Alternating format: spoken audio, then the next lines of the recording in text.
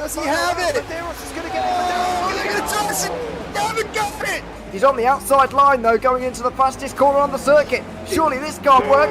Dominic Ligner has got a sensational run outside line now though for the heavy braking zone. Around the outside goes the Audi R8. Look how much Miller's caught back into play. Exactly, Miller's still start dropping. He's not on second and change. All of a sudden, Miller's back in play. Can Barry do it? Big Barry's going to do it.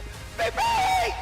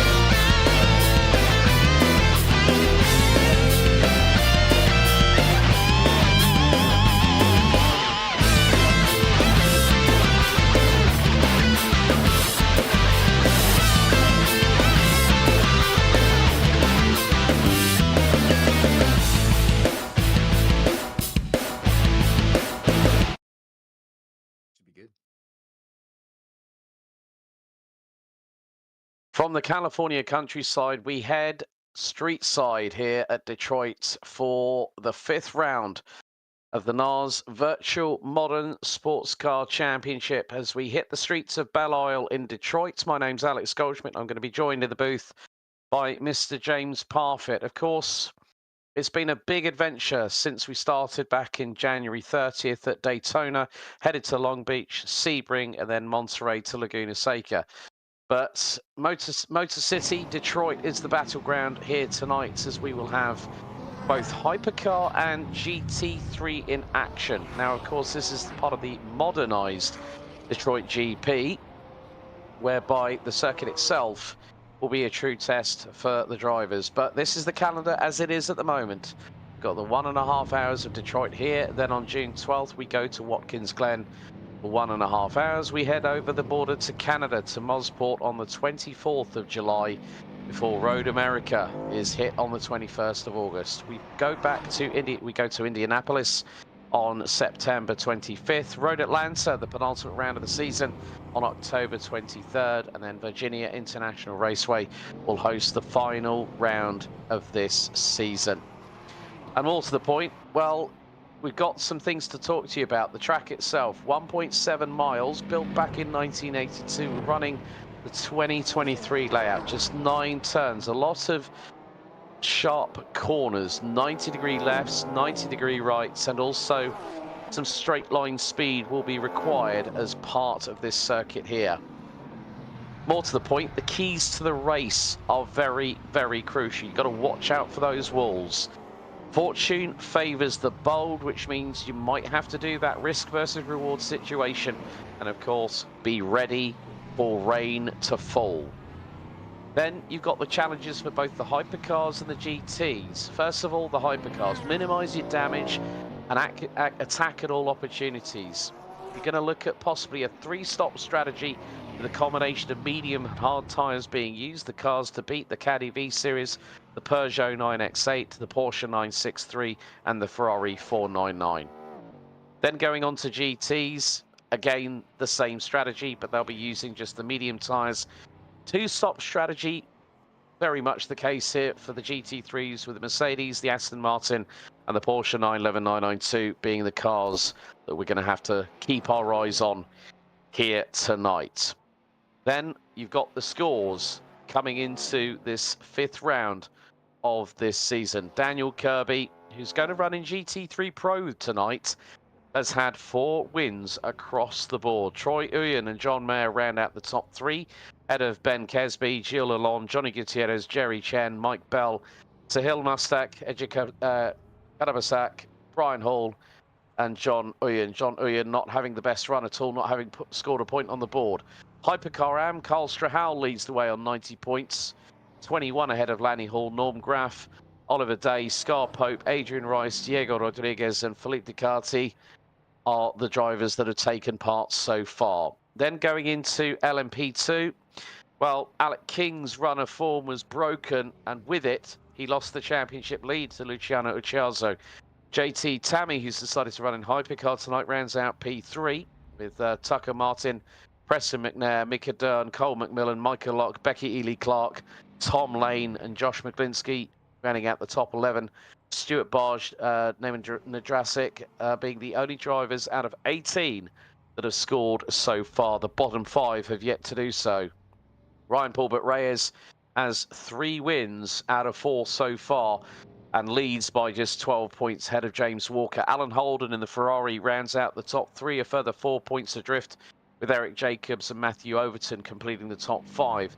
William Schlichting and Dave Coors, Daniel Kent and Don Fryman have all scored points so far this season, but not everyone has competed in the championship so far. We then got LMGT3 AM, and with that, Stephen Miller leads by just 2 points ahead of Alexander McQuarrie, as the returning Paul Ibbotson is back on the grid tonight. He's taken 2 out of the 4 wins so far this season. McQuarrie won last time out at Laguna Seca, and David Anderson, who rounds out P4, took the win at Long Beach. Max Sonderlap does have some work to do. And there you see the team standings. 166 points for Shade Tree Motorsports, Dark Thunder Racing, 13 points adrift, and then a further 19 back. We go to LSD Motorsport GT3. Vice Racing GT3 round out the top 4 teams, all that have broken into 3-digit scores so far this season. TP Performance by STM and the rest of the contenders there as well. But with that in mind, James Parfitt, it's good to be back here, but the streets of Detroit are going to be a true test. We've got walls in proximity, we've got a 1.7-mile circuit, and you cannot leave anything to chance here tonight. No, definitely not. You are going to be in trouble if you do not approach this course with gusto and mean to basically make sure you can dominate it. You are going to be in for issues, to be blatantly honest. It's going to be very, very tight indeed. I'm a little bit worried about how tight this actually is, and why the blinking Nora would anybody want to put cars around here is beyond me, to be honest, because I've got a funny feeling we may see a few people grab the wall and, well, let's just hope they can get out of it. Yeah, otherwise you will end up with 3 wheels on that wagon. We've already had qualifying completed. JT Tammy, one of the brave souls, deciding to brave it out, and he's gone with the BMW M V8 hybrid. So that's going to be quite interesting. We've got, in terms of the hypercars, we've got the 9X8, we've got Johnny Gutierrez, Troy Uyen in the Caddy V series, we've got Lanny Hall in the Lamborghini SC63, Norm Graff, who's got a well, he's one of several drivers that have picked up penalties from Laguna Seca. Stephen Miller has got a drive-through penalty to serve. Lanny Hall has got a warning for spatial awareness for contact. Norm Graff has got a drive-through. Gilles Lalonde, who is not here tonight, is going to have to serve that penalty at Watkins Glen. It's going to be a stop and hold plus 15 seconds, so that's penalties for 2 previous non-qualifying and stop goes that have not been served.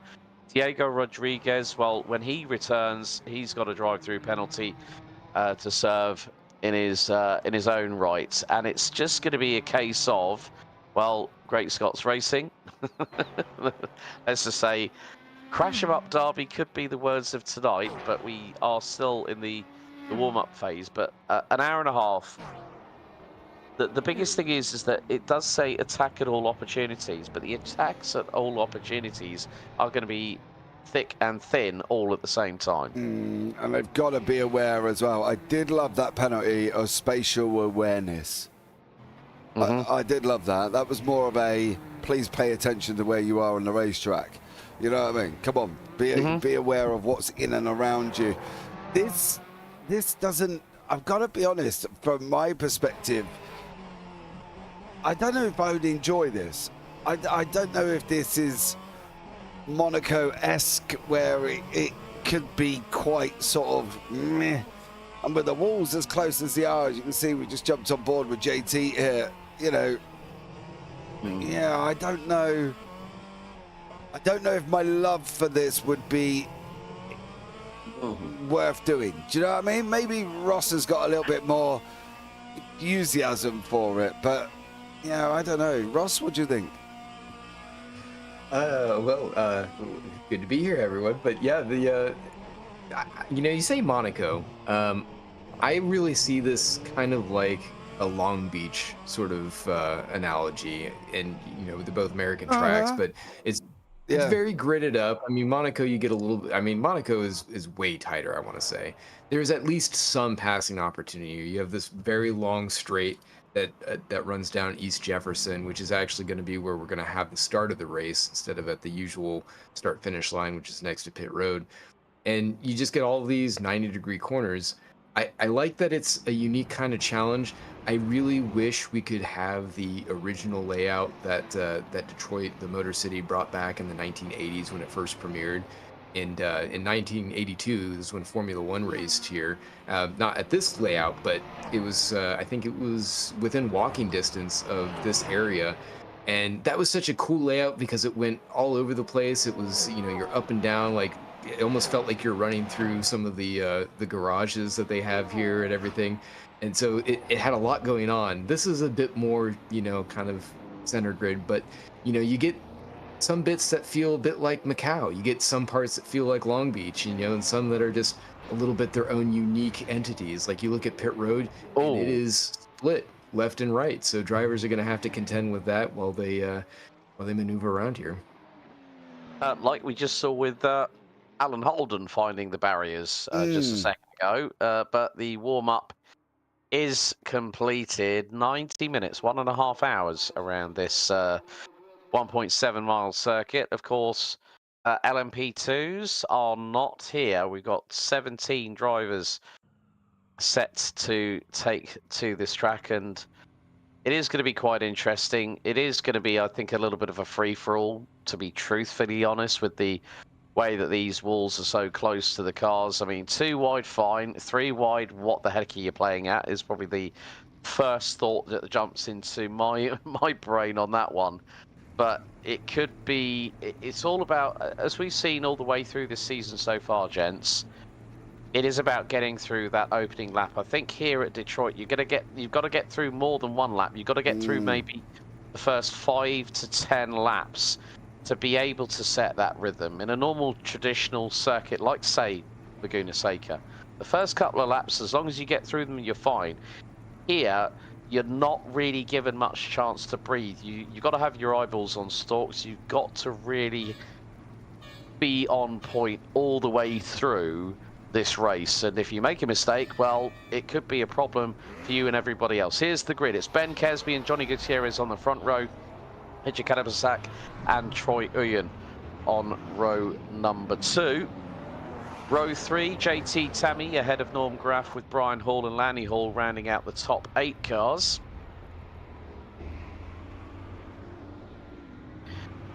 Then Daniel Kirby puts it on pole for LMGT3 Pro. He's got Ryan Paulbert Reyes alongside him. They complete the top 10. But the returning Paul Ibbotson and Alan Holden are alongside each other on row 6. Max Sunthornlap and Alexander McQuarrie row 7. Eric Jacobs and Matthew Overton round out row 8. And bringing up the rear of the field, Stephen Miller in the McLaren 720S GT3 AM class car. But yeah, I think the thing is that, you know, with Kirby deciding to go with GT3 this time around, it's going to give an opportunity for the other driver. Yeah, he's gone already on the start. You can see the hypercars are breaking away at the moment. Ben Kesby has escaped. Johnny Gutierrez is there. Troy Uyan as they go over that very tight, twisty bridge. We're going to catch up with the GT3s. They've also gone at the same time. Dan Kirby, Ryan Paulbert Reyes, Alan Holden. That is not good. That is a hypercar smacked in the wall. I think that might be one of the halls. I think that was Lanny Hall. But very short parade lap here, Alex, and they've kind of gone already. Yeah, about a minute ahead of schedule. But Daniel Kirby has got Ryan Pulbert-Ray is trying to chase him down in the battle for the overall LMGT3 lead. And that is the number 50 that had the drama. Yeah, it was Lanny. Lanny Hall.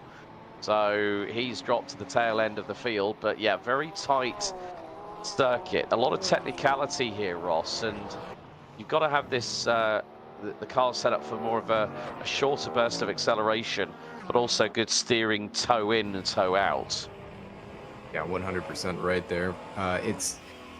Like I said, it's very unique. You get you get this nice long straightaway that they're kind of going through right now, and then, like you said, you have to be able to get really point and squirt kind of corners under your belt. And I think that's one area where the 992s are going to really do well here. You can see that they were able to start off a little bit ahead of the Aston Martins, which have kind of been dominant on a lot of the other tracks throughout the season, even though we've seen the Porsches really perform well.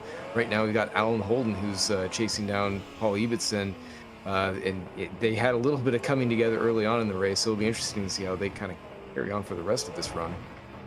Yeah, James, it's actually good to see Paul Ibbotson, who wasn't with us at Laguna Seca, but he's been one of the drivers that we've really had to keep an eye on in LMGT3 AM this season. Yeah, I think he's going to be moving up next season if he carries on with the form he's got. Let's be real about it. They're not going to have, somebody who can mix it up in the pros like he can. He's ahead of Alan Holden, Matt Overton, and Eric Jacobs at the moment, and he's still doing a great job driving around in the Porsche of all things, to be honest. Yeah, I mean, coming on to handling characteristics, in terms of the GT3s, you would say that the Porsche would have the distinct advantage, but yes, that is the case. I mean, Daniel Kirby is bolted like a scalded cat off a hot tin roof ahead of Ryan Pulbert-Ray. He's about 2.4 seconds up the road, and then it's a further 2.5 seconds back to Paul Ibbotson. So it's a Porsche meritocracy overall in the LMGT3s, with 2 GT3 pros leading an AM. And well, one of the interesting things was that we saw that Daniel Kirby was able to qualify mid-pack of the Hypercars in a GT3, which just goes to show that that car is a little bit more of a better choice around this circuit. So Kirby thinking, well, I want to switch it up, and he does that quite a bit, Ross, as well. Oh yeah, NARS on Thursday is a bit of his playground. He really likes to enjoy going around, seeing what he's missing from sort of the Big Brother series that runs on Saturday, mostly so because it's able to enjoy some of the more international audience, draw from a larger pool of drivers who have availability instead of kind of being nuts like you guys coming in here and 2 in the morning your time. But yeah, he's feeling it out. He's certainly no stranger to any of the GT racing, and he'll kind of flex muscle in whatever he can. And he's certainly connected with the 992. It's one of his favorite cars in testing, not just in the off season, but testing for Storm Gang simulation and developing the car. So he's hooked up. He loves it. And that's one of the reasons why you're going to see him at the front of the field. In fact, I wouldn't be surprised if he starts catching up to some of the hypercars once they start running into issues as the race goes on. He is already. That's Norm Graff, and he has closed literally on the back end of Norm Graff here. You might see Graff get away on the straight, but that would be about as far as he gets. And if he makes one more little wall tap, Norm Graff and Lanny Hall could be into the grips of a GT3 here, because Kirby is not hanging around at this moment in time. And he's literally not letting him go, Alex, is he? No, neither is Johnny Gutierrez in terms of catching up to Ben Casby. So Johnny Gutierrez has had a bad run of luck so far this season, and he's within 8.5 tenths of the race leader as we ride on board with the Bad Day Racing Peugeot 9X8 Evo in the 102. You can just see that there are points where Casby has got the fastest overall lap in the race. Eja Karabasaka's got the fastest overall sector number 1, just gone sub 11 seconds in there, but Gutierrez is able to use the balance of the Peugeot 9X8 to try and close in on that caddy. 2 very different powertrain solutions, 5.5 litre naturally aspirated V8 versus turbocharged, I think V8 or V6 in the Peugeot, Ross, but Gutierrez just using that nimbleness of this French hypercar just to try and close in on its American rival up front. Yeah, it's interesting you mentioned that. I want to say that the all-wheel drive is going to be very useful around this track, especially just getting that power down out of the corners. It's a format that's been adjusted a little bit to be more in line with what you see within the WEC, where they're not really able to use that all-wheel drive all at once. R Factor 2 is a bit limited in the way that it allows for deployment of the hybrid, and at least as far as the all-wheel drive, it doesn't actually have hybrid, but we sort of faked it in this case, so it's limited with how much it has, but it's still there. So as the race goes on and those rear tires start to heat up, and drivers have to be a little bit more gingerly with the way that they accelerate out of corners, I think you're going to see Johnny really be able to close that gap up on Ben Kesby, who's normally, at least on the weekends, able to run also in an all-wheel drive in the form of the 499P. So we'll see how this goes. Yeah, it's been pretty clean so far in the first 5 or so minutes, but we've had a yellow out in sector number 2. Matthew Overton has been in pit lane, so someone has.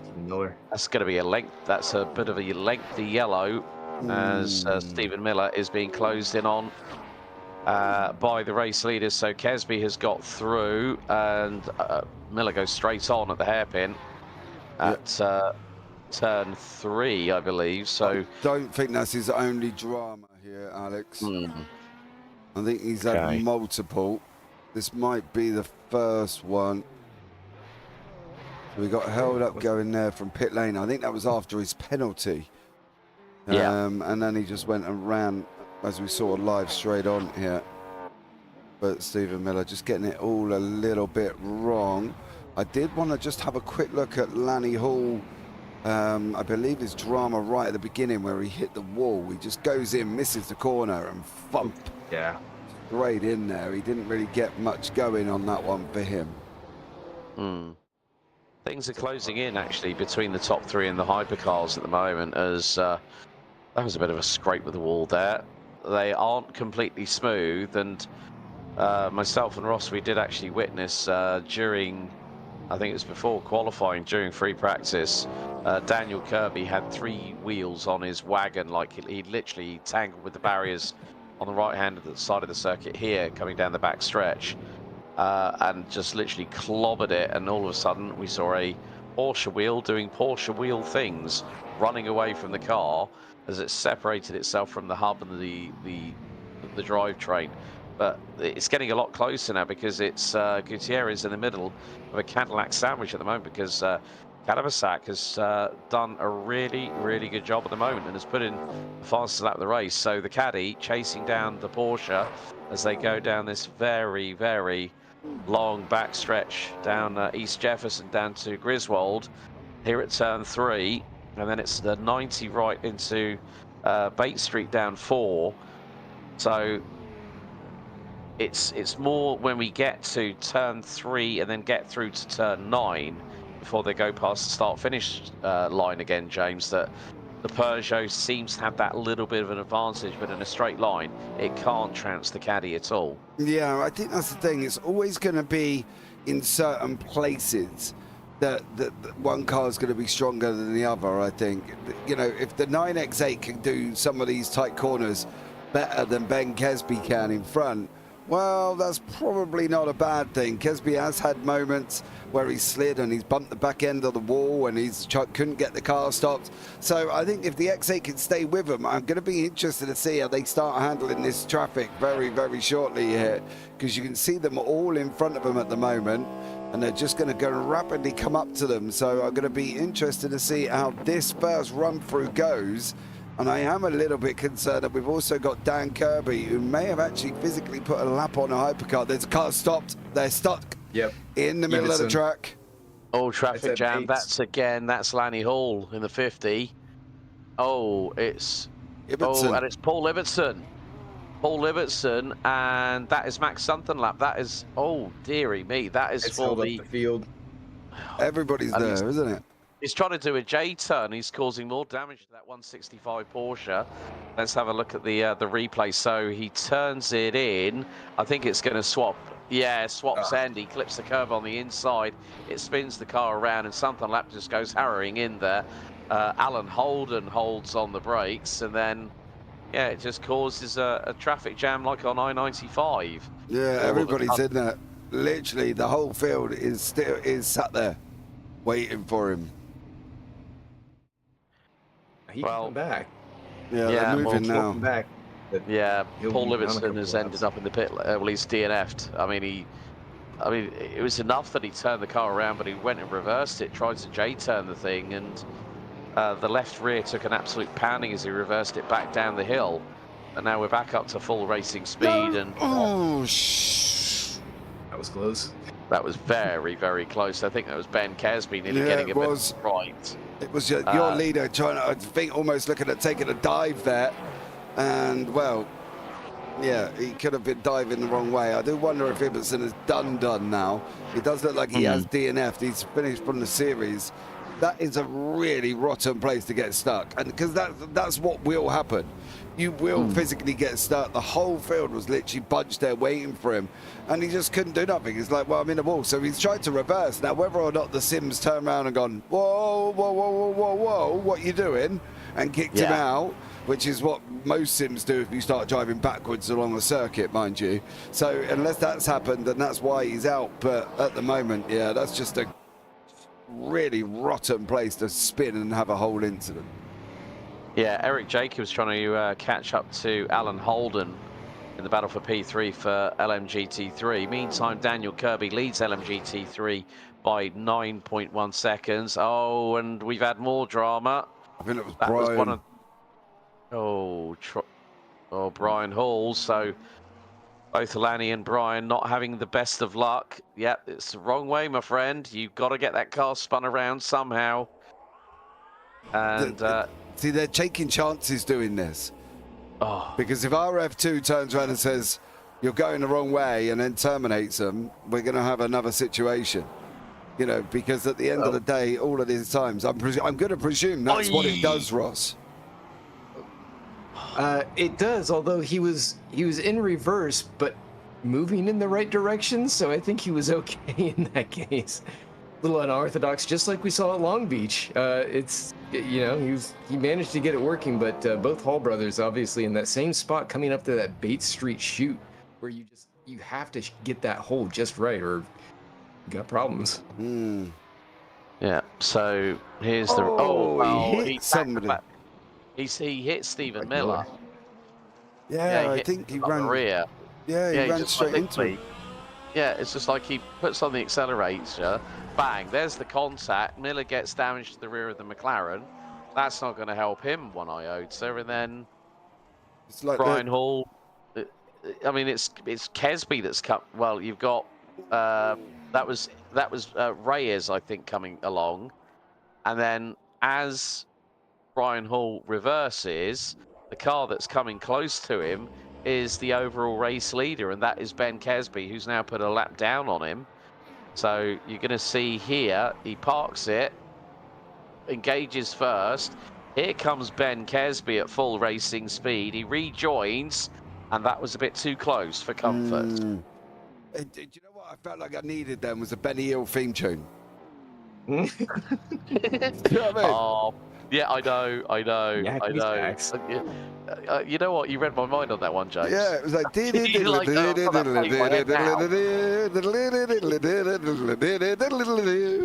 It's just him going round and backwards. Oh, dear.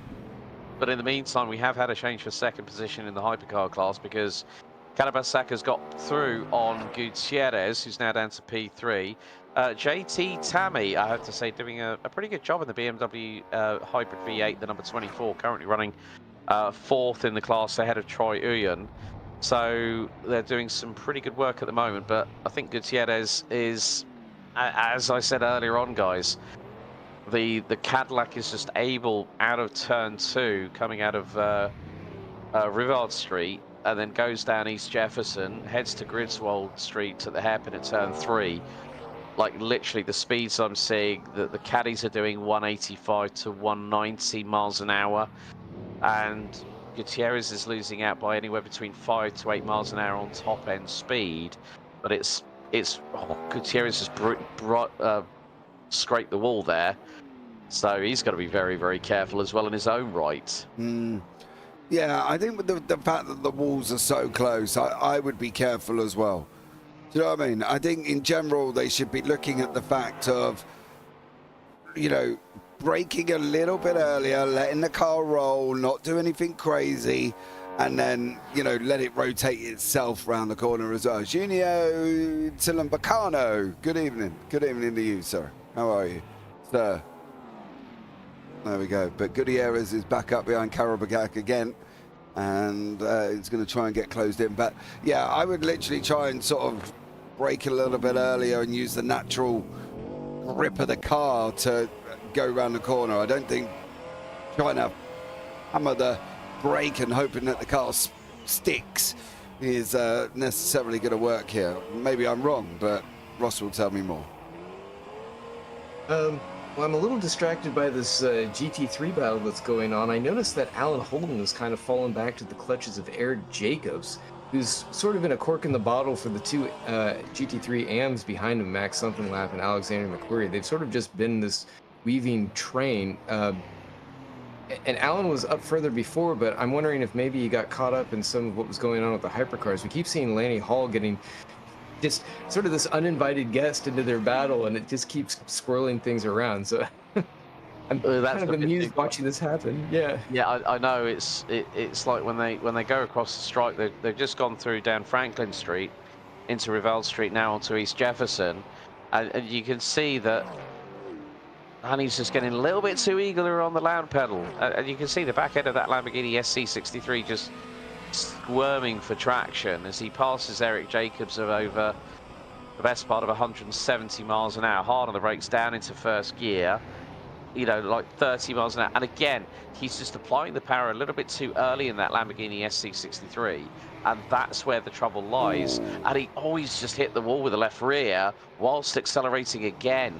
So, plus the thing is, this is a street circuit, folks, so very parts of tarmac, different grip adhesion, and this is where it comes into play. Norm Graf still running second in the only, well, he's won a race now finally in his class, but also the fact he's the only second AM class hypercar in this field.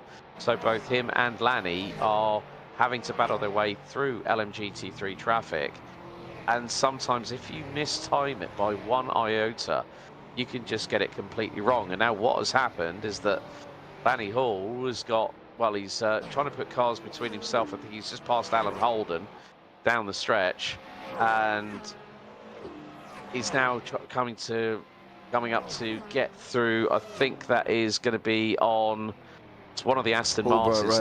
No, it's not Paul Burt Reyes.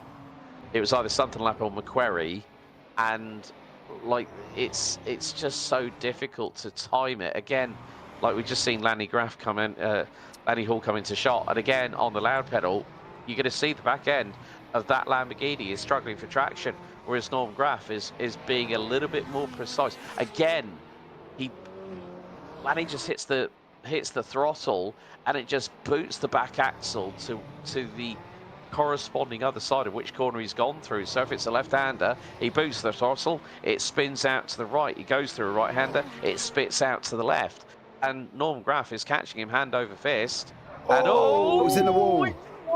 And Graf goes straight on at turn 1. Where's he gone? Come back. Oi, oi, oi, oi, oi. I wonder if he just misjudged that braking zone. We kind of saw a similar situation before where I think some of these guys who might be a little bit more conservative into the braking zones are just catching out some of those behind them that want to go, you know, just another couple meters deeper. Yeah. Yeah, I mean, well, one of the things was that Lanny, I think, just turned in a bit too early for that turn 1, and he clobbered it with the left front as well. But was there actually contact between Norm and Lanny on that exchange? That's the big question. It didn't look like. I've got some information on Paul Ibbotson, by the way. It was his mistake. He hit escape, and he should have hit Alt F4, so he could have come back. So he can't come back. So he hit the wrong button. That's a real shame. Well, we'll have That's to what happens see. when you go on vacation. You forget to hit the buttons right. Oh, mistakes do happen. We're all human at the end of the day. But this is a really good battle here. Max Sunderlap and Alexander McQuarrie both battling over the LM GT3 AM class lead, literally nose to tail as they go through the very tight section here at Detroit. And again, the same thing we're seeing, that I think it's not just Lanny and Brian Hall that are doing it.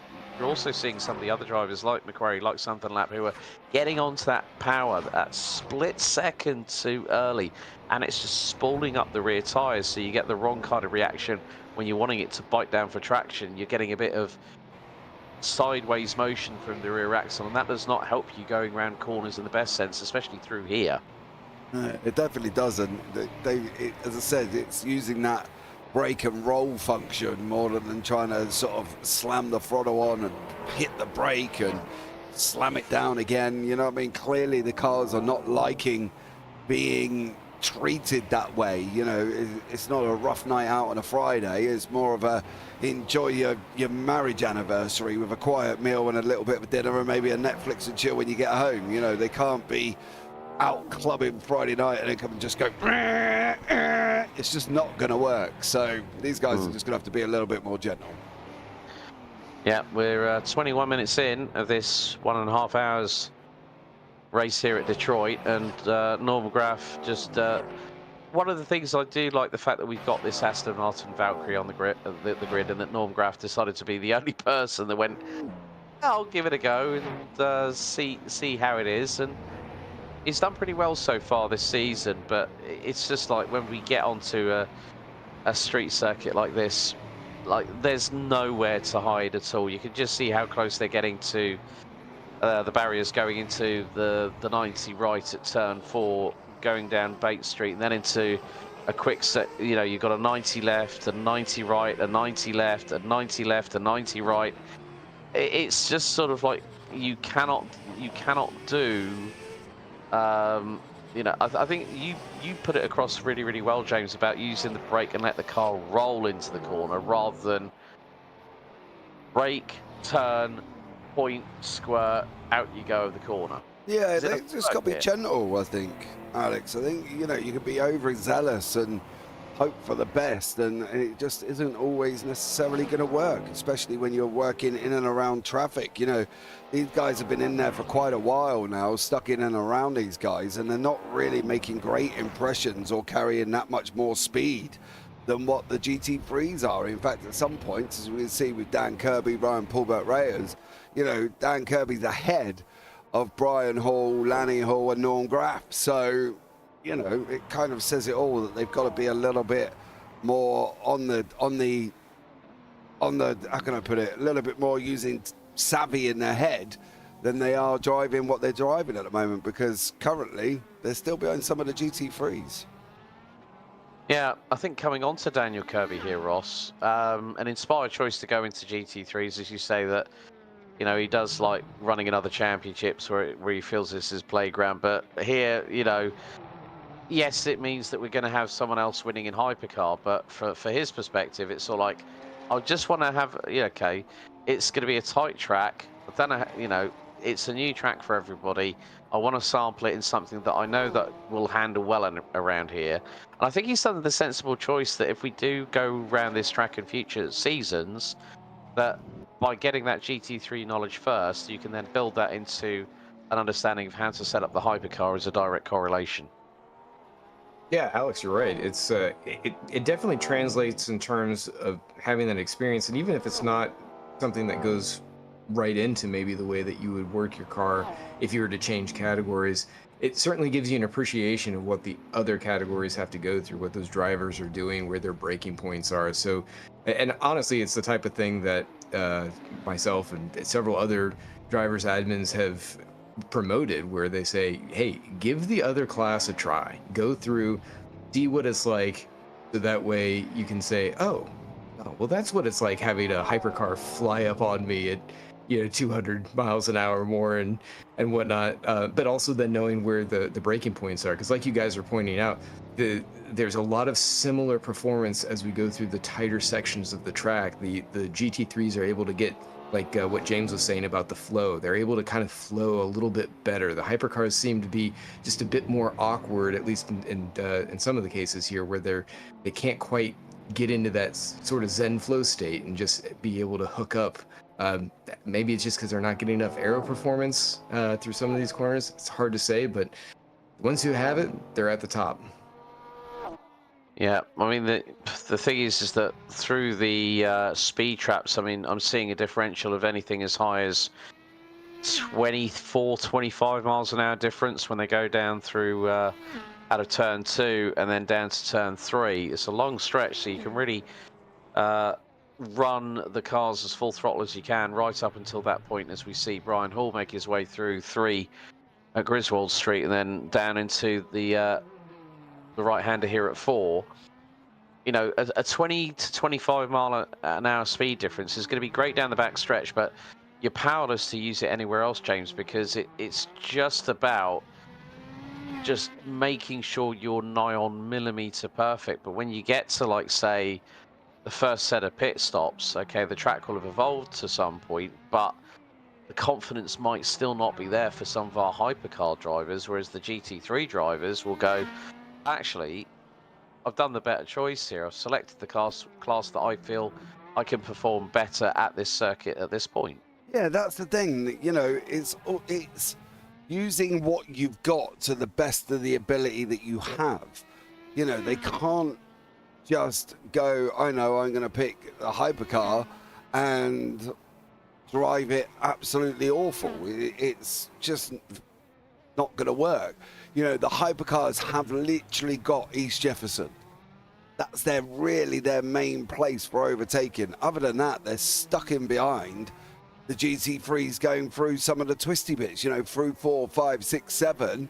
Maybe they might get a quick run up Atwater, but coming into 8, 9, they're stuck again.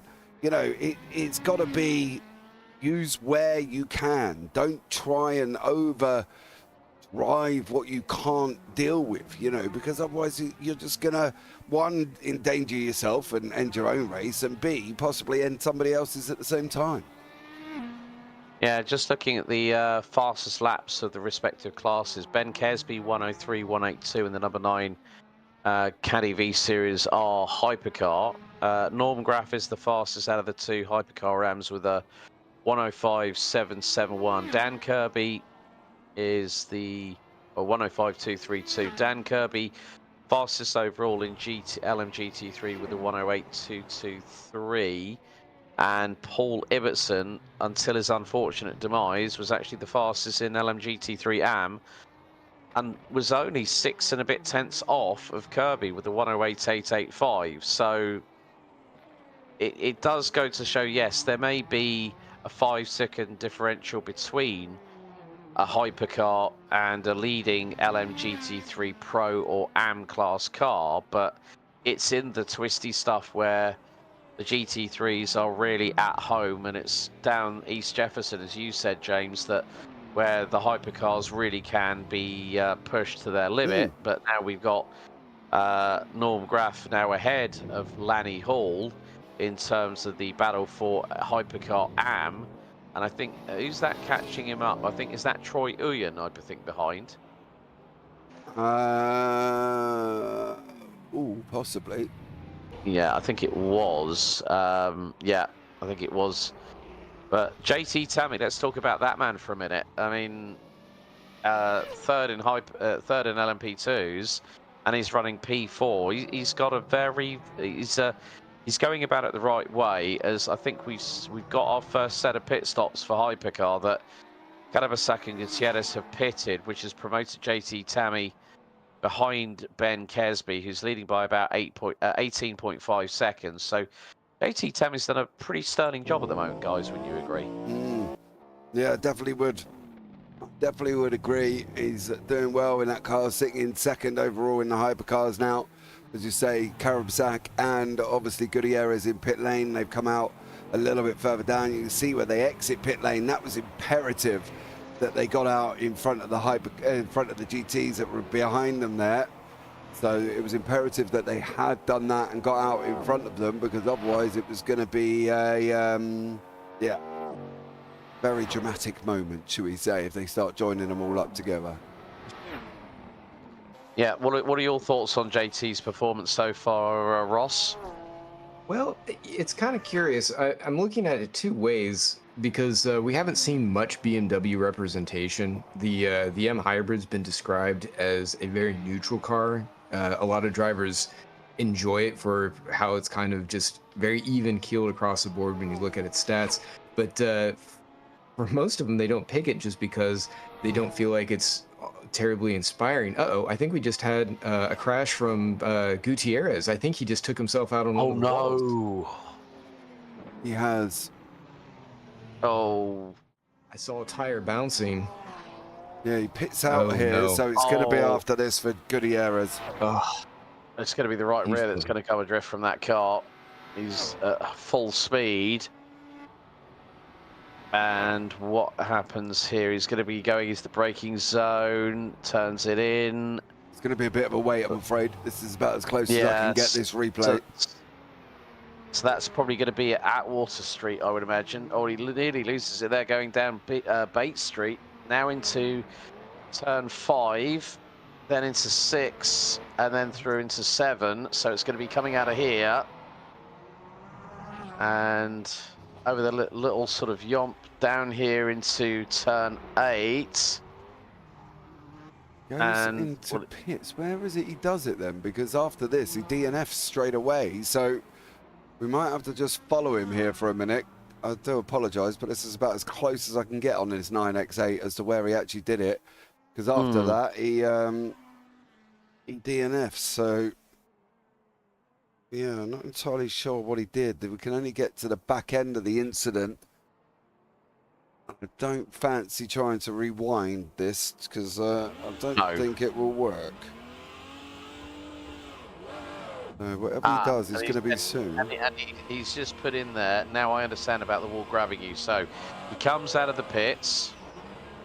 Now through into turns 1 and 2. So then he's going to go into East Jefferson. And he's going to start accelerating. He's trying to close in on the caddy in front. Could be at the end of this straight, I think. Yeah, because they sort of camber, they go to the right-hand side. I think it's at the other side of the track where it happens, whether it's happened before he's gotten through. So a little bit of a wiggle on the back end there. Now through into 5. Misses the wall going through into 6 and 7. So I think it's going to be here.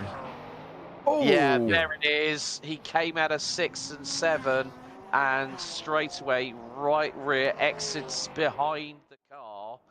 And that was why Johnny Gutierrez said in the Discord, now I understand about the wall grabbing you, with a Steve Carell gif from The Office to accompany it. Yeah. That's a shame.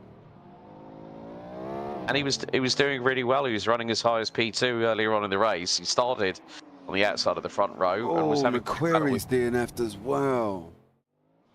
Oh dearie, dearie me. Oh no. What did he do? So, He's gone in pit lane and then he just DNFs and doesn't come out again after that. unless he's had a technical drama of some description. But looks so, because he's just rejoined. oh, disconnect then. Oh well, that is going to be.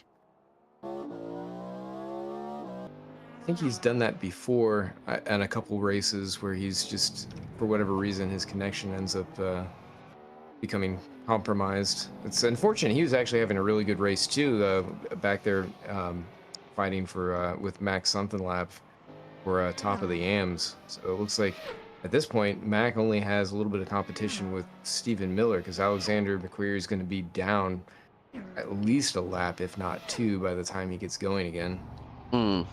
Yeah, agreed. But if you have a look on the timing tower on the left-hand side, Dan Kirby is sitting 4th overall. Oh well, I'm gonna say I'm gonna say something here. This could be the possibility where we actually see an LMGT3 Pro end up in the overall podium, so to speak. Yeah. I think that is very, very feasible with someone of the alien-esque skill of Mr. Daniel Kirby, and he's now going to try and put a lap down on Stephen Miller. I think he's got behind him, I think that'll be Matthew Overton in the 174, and then they've got one of the caddies, I think that's Troy Uyen, trying to close in. And this will be quite an unusual sight, I think, for Troy Uyen to say, to go, hello Dan, how are you? See you later, buddy, when they go down East Jefferson in a minute. It's literally the only place he's going to be able to do this, unless he, as I say, unless he can get a short, sharp run. But other than that, it is here that he's going to be able to get through. And, well, there we go. Troy Uyen now 4th. Brian Hall in the lowest place hypercar currently runs P8. So with 54.5 minutes leaders at the moment, Kesby leads in hypercar. Dan Kirby leads in LMGT3, running 5th overall. Norm Graff leads in hypercar AM, and Max Sunderlap leads in GT3 AM, but we've got a yellow out in sector 3 for a brief moment, which is... Oh, that's your leader. Oh, no. No, not Ben Kesby. Oh, what's happened here? He's gone straight on. Oh, he's done a Norm Graff. Straight on at the at turn 3. Yeah, he's just missed the breaking point and he's just tootling around at the moment. There's a couple of others that might have had some issues. Karabasak as well. There's also got that he's gone very, very slow indeed. Oh, he's grabbed the wall. Oh, he's hit the wall in front of JT Tammy. Ouch. Man, that grab is horrendous. What's gone on with Lanny Hall here as well? Has he come and done the same thing? There's a string of... Oh, and he's just... he's trying to avoid him. He's just... Yeah, because Norm Graff was running a little bit slow on the left-hand side of the circuit. And he's just gone to the right-hand side and just gone barreling in pinball wizardry on that one. And, jeez! Who was that? That was Karabasak, wasn't it? So Karabasak had that first incident in front of JT Tammy, and that second one has just DNF'd him from the race. What did that... Watch that grab. Oh my God. That was... And that ripped both right-hand side wheels off the car in the process as well. Yeah, you could see because the damaged steering that he had, he was pulling to the left as much as he could, and I think that it was just drifting much further to the right than he was anticipating. So Gutierrez is out, McQuarrie's out, Ibbetson's out, and Karabasak is out. So at this moment in time, Dan Kirby sitting 4th overall in a GT3. Alan Holden sitting 5th. And Daniel Kirby, get this, only 8.5 seconds behind Troy Uyen in a hypercar. Now, where on earth would we see on the rest of this calendar that happening? Nowhere else. Nowhere else. No. Because and that's bonkers. I was like, I know, it's crazy. It is crazy. We are having these moments when, and you can see that Lanny Hall has got damaged steering as well in his own right, because that car has tagged the ball going into the pit lane. I think it was broke before. Yeah. Oh, I think that stems from this. What's the car in front? Yeah, that's Norm Graff, and yeah, that was. Yeah, there's a. Wow. We knew it'd be a problem where the walls are sort of tricky, you know, where they've got some of those separation points, and it's just enough where it can snag the cars, and unfortunately, it's taken out a lot of these hypercars in rapid succession. Yeah, it's one of those things where you can't believe what you've just witnessed. It's like, really? Did that just happen? And when you think about it, Lanny Hall coming into contact with the man who he was battling with for the Hypercar lead as well. Norm Graf was running slow. Oh, Ray, Paul Reyes. Blown engine. Oh no. Oh, he blew it up. Smoke from the 4-litre flat six. Oh, has there been a double downshift possibility here? Because that We're not really going to see, unfortunately, off that. Shouldn't be able to, because they do have the downshift protection implemented. It's a little bit looser than some of the official R Factor 2 content, which many people complain about, but it should be plenty enough to keep from over revving like that. I'm wondering if maybe he had tape up too high and that had just been working some of the engine a little bit more, and maybe he was hitting some higher revs about that. That's very unusual to see, though. Well, yeah, I mean the thing is, because with the more technical sections on this circuit, you know, like say going into Griswold Street at turn 3, you're all the way down the gearbox from 6th to 1st, then you're probably shifting up to 2nd before turn 4, then you're probably having to compensate by going down a gear again, then up again. So it's a case of when that engine is bouncing off the rev limiter, it's just putting too much force through it. And yeah, Paul Ibbotson has just jumped into chat saying, so gutted to be out of this race. My strategy was going fine. I'd even started to back off the pace once I was ahead of Alan Holden. The inside wall at turn 4 got me. So it was when that right front contacted with the wall when he clipped the curb, and the wall grabbed him, so to speak, and then that was it, game over. So that means, well, Alexander McQuarrie has managed to, I think, well, he's no longer showing as a DNF now, but he's still showing in pit road, 11 laps down. But yeah, I mean, Mr. Kirby has now pitted for the first time as we are 48.5 minutes to go until the checkered. I think really, to be honest with you, yeah, I think the sensible choice was keeping the LMP2s away, but I'm going to make an observation here, and I think if we had an all GT3 race, it could have been a very different story than having 2 separate classes, and maybe just, you know, have this as a standalone race as part of the championship. But the thing is that some drivers will want that test of a hypercar around this circuit, wouldn't they? Yeah, you can't, sorry, Russ, you can't just turn around and go, right, for one track, boys, you're going to have GT3s. It's like, no, get on with it, deal with it. You know, they do that in real life. Yeah, but they've just got to be prepared to take on the challenges of what's in front of them, haven't they? You can't let it be dictated by the fact that, you know, they've got this coming up. You've got to, well, suck it up, Buttercup. Right, looks like Brian, well, one of the halls has just had a penalty thrown at them by the server. Whether that was Brian or Lanny, I'm not 100% sure. But yeah, no, I agree. I think it's just like if you had a standalone race apart from the championship, that would be fine. But when it's in a 11-round championship, you're going to want to. Now this is quite interesting. Paul Ibbotson is giving us a little bit of insight.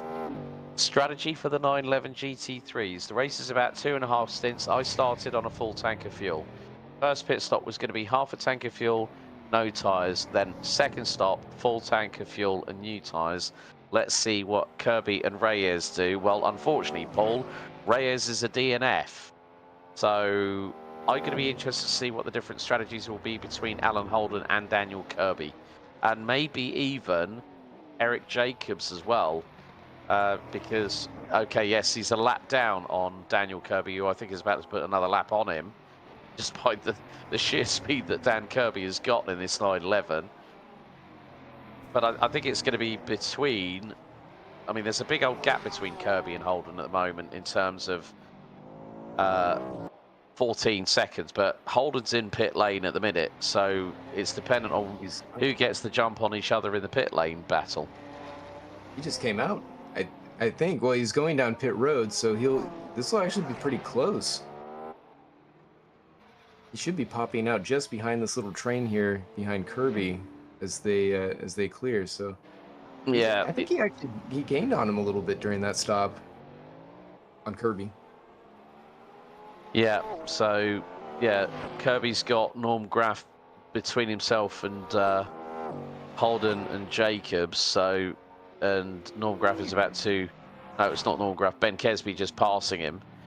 So, and at that particular occasion, at least Ben didn't go straight on and do a Norm Graff going into turn 3, like we saw earlier on with the big drama with Lanny Hall. But we've now hit half time, and we have nearly a third of the field at a DNF stage here, folks. Yeah. Maybe we should have a bet on how many are actually going to finish. I don't want to take that. You check it out. We hit single digits. He's sitting on the fence. You're saying about that, Ross, right? About single digits. We've only got 12, mate. 12 still running. I know. Lanny Hall is still running, albeit 11 laps down. We've still got Overton still running as well. But Stephen Miller's in pit lane and has been in there for a bit of time. So we've only got 12 at the moment, mate. And we've still got 44 minutes to go, believe it or not. I think we might probably have 8 by the end of this race. Oh, Harsh We call. might have 8. That's the lowest I think we'll hit. either that or everybody's gone. Yep, staying away from the wall. After all the tyres that have gone strolling off across there as well. It's going to be a most expensive eBay sale from Detroit here with all the tyres and every bit of everything that's gone flying off the cars. Canards, rear wings, you name it, we got it. Here it is on eBay, courtesy of VMSC here at Detroit. Yeah, that's the thing. Alex. Oh, go ahead. No, you carry on. I was going to say, Alex, I think it's interesting what you're saying, thinking back to Paul Ebetson's comment regarding the split strategy for 2.5 stints. Watching Alan Holden came in, he was in the pits at about 46 minutes and came out just a little over 45.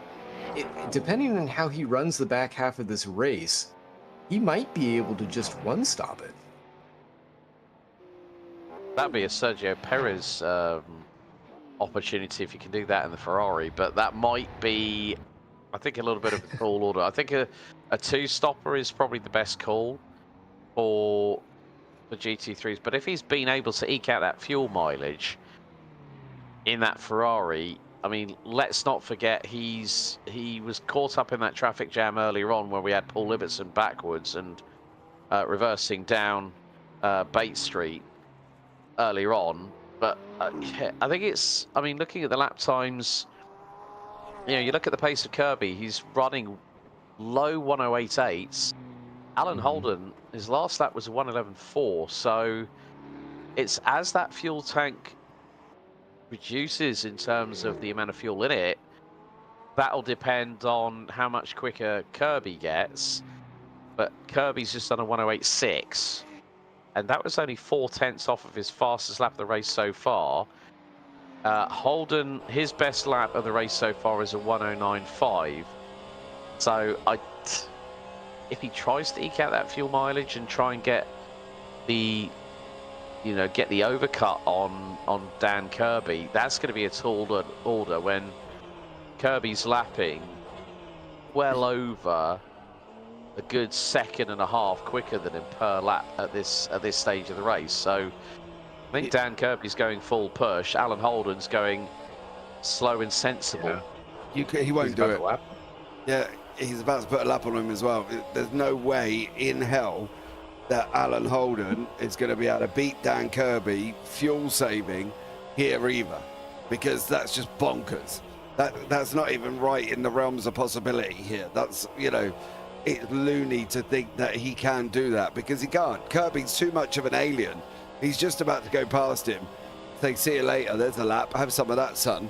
And Kirby's lapped everybody in the field, including 2 hypercar AMs of Norm Graff and Lanny Hall. So, yeah, that's nuts. Alan Holden, if that's what he's doing to try and hold on to that place, that's fine.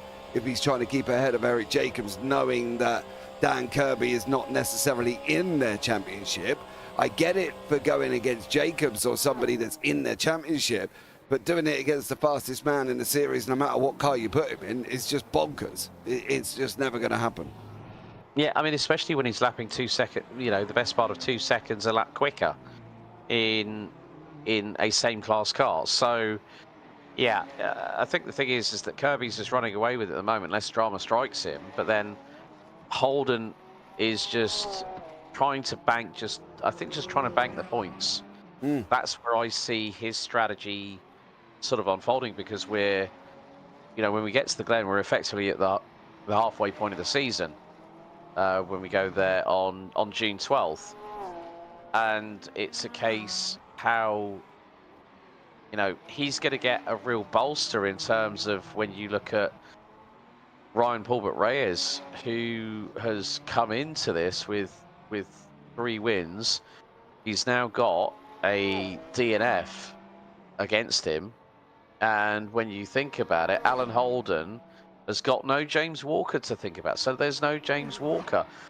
So when you think about it, Alan Holden at this rate is going to become the new leader in the LMGT3 standings when we go to our next circuit, which is Watkins Glen. So I think Alan Holden is playing the longer game. It's a bit like Alain Prost. The reason why he was nicknamed the Professor was because he was cold in terms of calculating how many points he would need. And even second on this would put Alan Holden on 118 points. So that is going to probably, I mean, it's difficult to say who is going to win, who's going to be leading the championship, but Ryan Paulbert Reyes is going to be kicking himself after what's happened.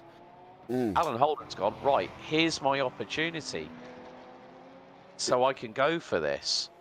And that's going to be crucial. At this point of the season, halfway through the championship, you want to be at that point where you can say, I don't necessarily need to get the win, but if I can get a second or I can get a third, it's going to pay dividends.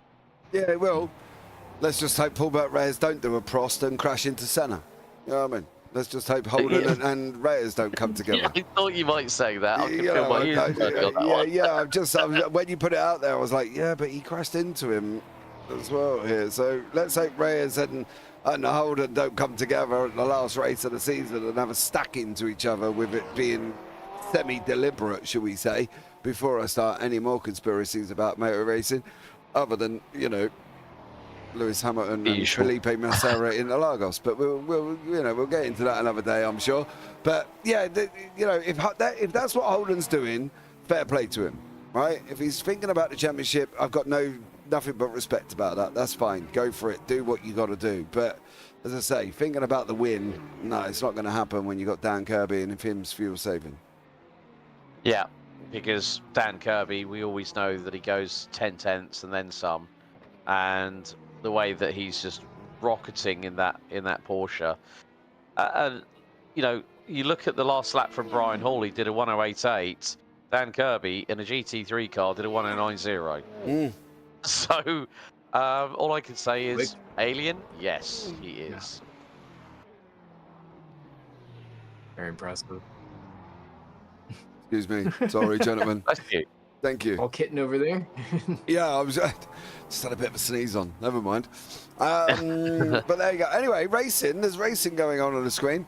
However, there is no one really close together at the moment. So, unfortunately, it's a little bit of spread out. But I think this is kind of what this track needed to get some racing under our belts, other than people grabbing walls and losing wheels. Yeah, shooting wheels and everything off the racetrack. Yeah, I think probably when we get into the latter stages, like the last 15, 20 minutes is when we'll see probably things get a little bit closer together. But Ben Kesby, who has been, you know, at the sharper end of the hypercar side of things. I mean, coming into this, you know, his best result was at Sebring earlier on, round 3. So, and that was a second place finish. He'd also picked up a third at Laguna Seca. He had that unfortunate DNF at Long Beach, and then finished 6th at Daytona for the season opener. So this is going to give both him and Troy an opportunity to try and close that gap onto Dan Kirby, who will be back in a hypercar for Watkins Glen. So, you know, Well, we're that presuming he will be.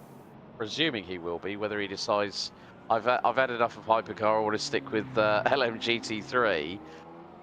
That's obviously his decision. We'll respect it whether we like it or not. But it could change the dynamic of the hypercar pro class going into the second half of the season when we hit the Glen in the middle of the next, you know, in early June next month. So, right, what have you picked up here, Mr. Parfit? Stephen Miller crash. Yeah, grabbed the wall again. Oh, Yeah. I think he's done. Wow. That was Overton, and I think that was one of the Lamborghinis, wasn't it? That was Brian Hall, I think. that was Brian, who's running P4 at the moment, 2 laps down. But oh, that was a big old scare. Watch Miller right there in front, and then they both try and come alongside him. And bump the Now, wall. did Miller lose wheels off that McLaren? I think he did, didn't he? At the very least, he lost his engine because that is dead as a doorknob. Yeah, he's dead, mate. I'm afraid it's a DNF. He's another one. In the words of Queen, another one bites the dust, I'm afraid. Yes. So that brings us down to 11 cars, and we still have 34 minutes to go. Yes. So, yeah, not quite sure what really anymore I can say about that. I suppose on the upside, right, and I'm going to try and flip this into a positive. We had 17 cars at the start. I do wonder if any more than that, it may have been a little bit more chaotic, and there might have been more track blocks going on over Bate Street. So I'm thankful that our numbers are low and dwindling, because I think anything higher than maybe 20, 25 cars here, and you could be in deep doo-doos. I completely agree. I mean, if you had 25 cars on here, I think you would have had half out within first third of the race quite easily. Oh, yeah, absolutely.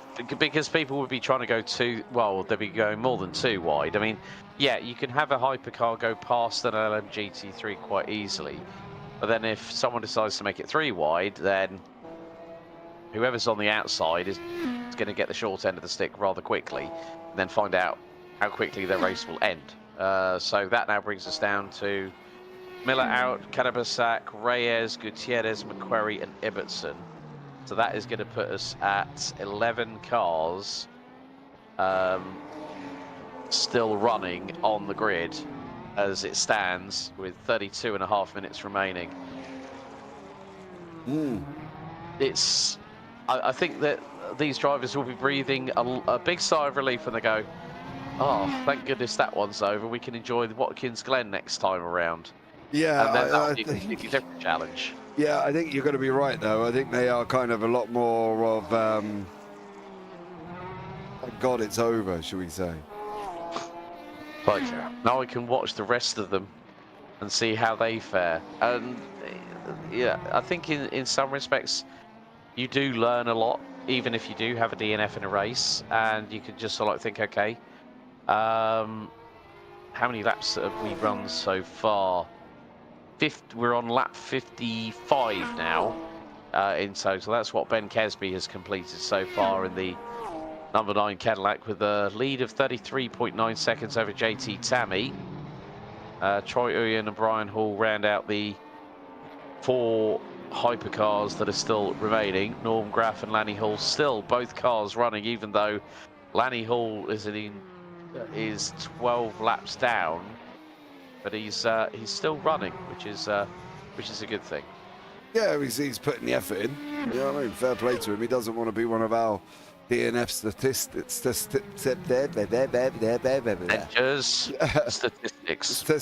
That's the one. He doesn't want to be one of them where he's out DNFing. So, you know, carry on, innit? Pick some points up. While you got a low field, you might as well go for it. for Lanny, and he has only got him and Norm Graff, so in the Hypercar AMS, and Graff is just about to put another lap on Lanny Hall because they are together on the racetrack here. Yeah. So, but still, it has been an interesting race. I think I probably would call it that. I didn't know what to expect. I knew that there was going to be a little bit of drama for some of the drivers, but I think the biggest drama was I did not expect Paul Ibbotson to be the first casualty. No, but then you've got to look. We knew the track was somewhat challenging in the fact of it grabbing people. You know, it just sort of stuck a left hand out and went, here, come here, and got hold of them. So it's almost like winning the lottery. You could have picked any of the horses running in this race. You had a 1 in 16 chance or 17 chance of getting it right that somebody was going to be out first. Unfortunately for Ibbotson, it was a man-made mistake. It wasn't even a track mistake. It was his own mistake by hitting the wrong button.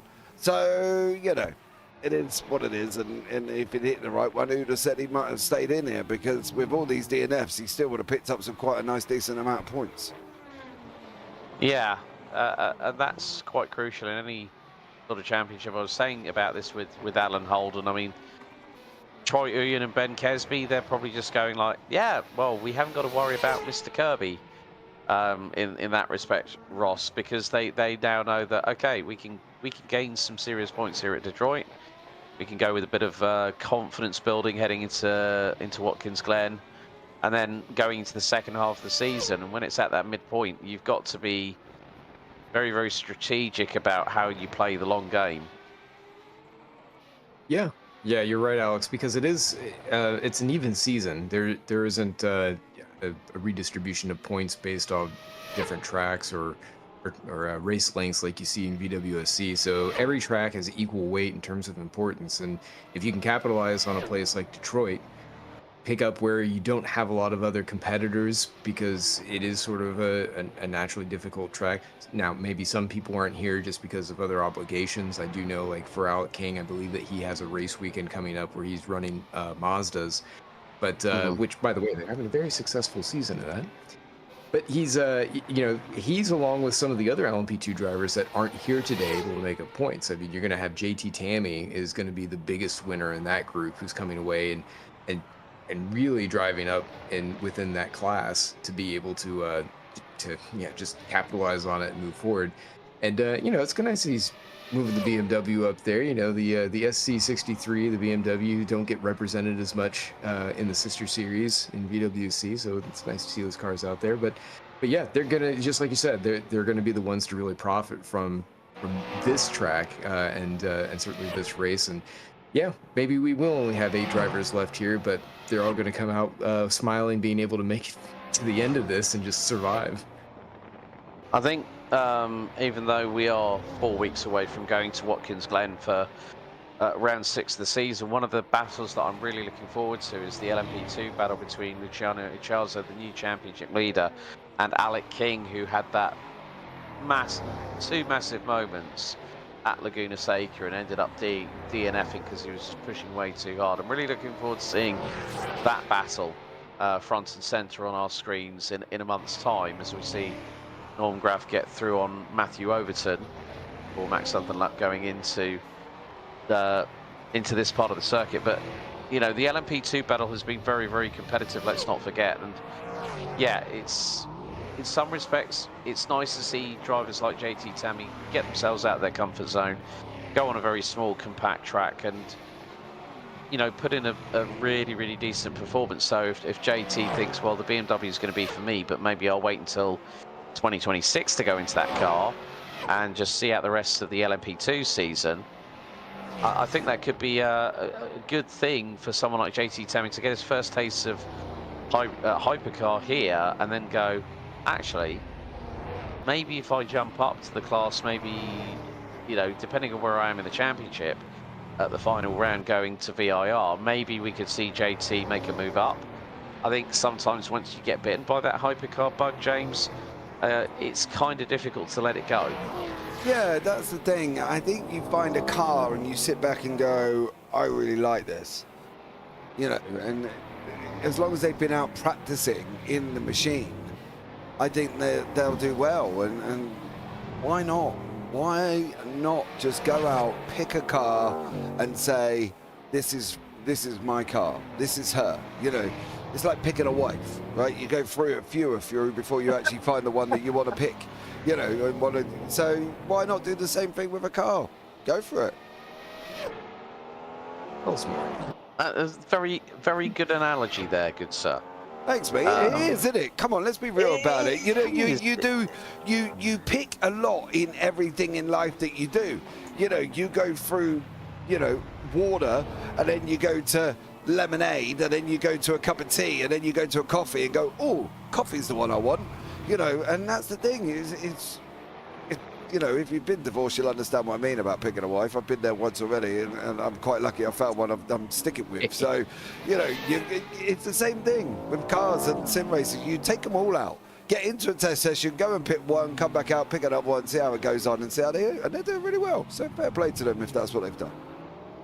Right, okay, Norm Graf pits from the Hypercar AM class lead, currently running P4.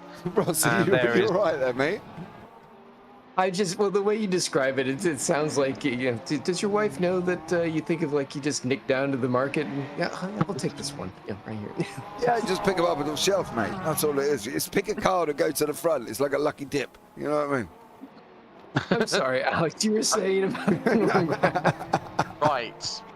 As I was just saying, Norm Graf has just pitted from the Hypercar AM class lead as JT Tammy passes Daniel Kirby out on track, going down into turn 1, just off of Franklin Street as they go up Rivard Street and then onto the long stretch here at East Jefferson. Yeah, we're down to 11 cars with just over 23.5 minutes to go. It is going to be interesting to see when Kirby decides to pit and then when Alan Holden decides to pit, because the gap between them is quite extensive now. It's 2 laps, so the only thing that Alan Holden needs to worry about now is an Aston Martin closing up on him, who's on the same lap, 5.6 seconds behind, and that is Eric Jacobs, who over the last couple of laps has been lapping about 4 to 5 tenths a second quicker. Yeah, he's got to be careful. If Holden is playing this fuel-saving game, he's got to make sure he can maintain the gap, because he's only there. So he's got to make sure that he can maintain this gap while fuel saving. Otherwise, give it up and go for it. It's like, you know, just give it up and full throttle it. However, I'd like to point out, Stacey said I'm on my 3rd car for both series running in the line 11. So, you know, I told you, it's like, go for a minute and pick him up. But yeah, he's got to be careful that Jacobs isn't going to catch him here. Yeah, so 3-litre twin-turbo V6 versus 4-litre twin-turbo V8. That gap is coming down. The last lap, Jacobs took a whopping 9 and a bit tenths out of Holden.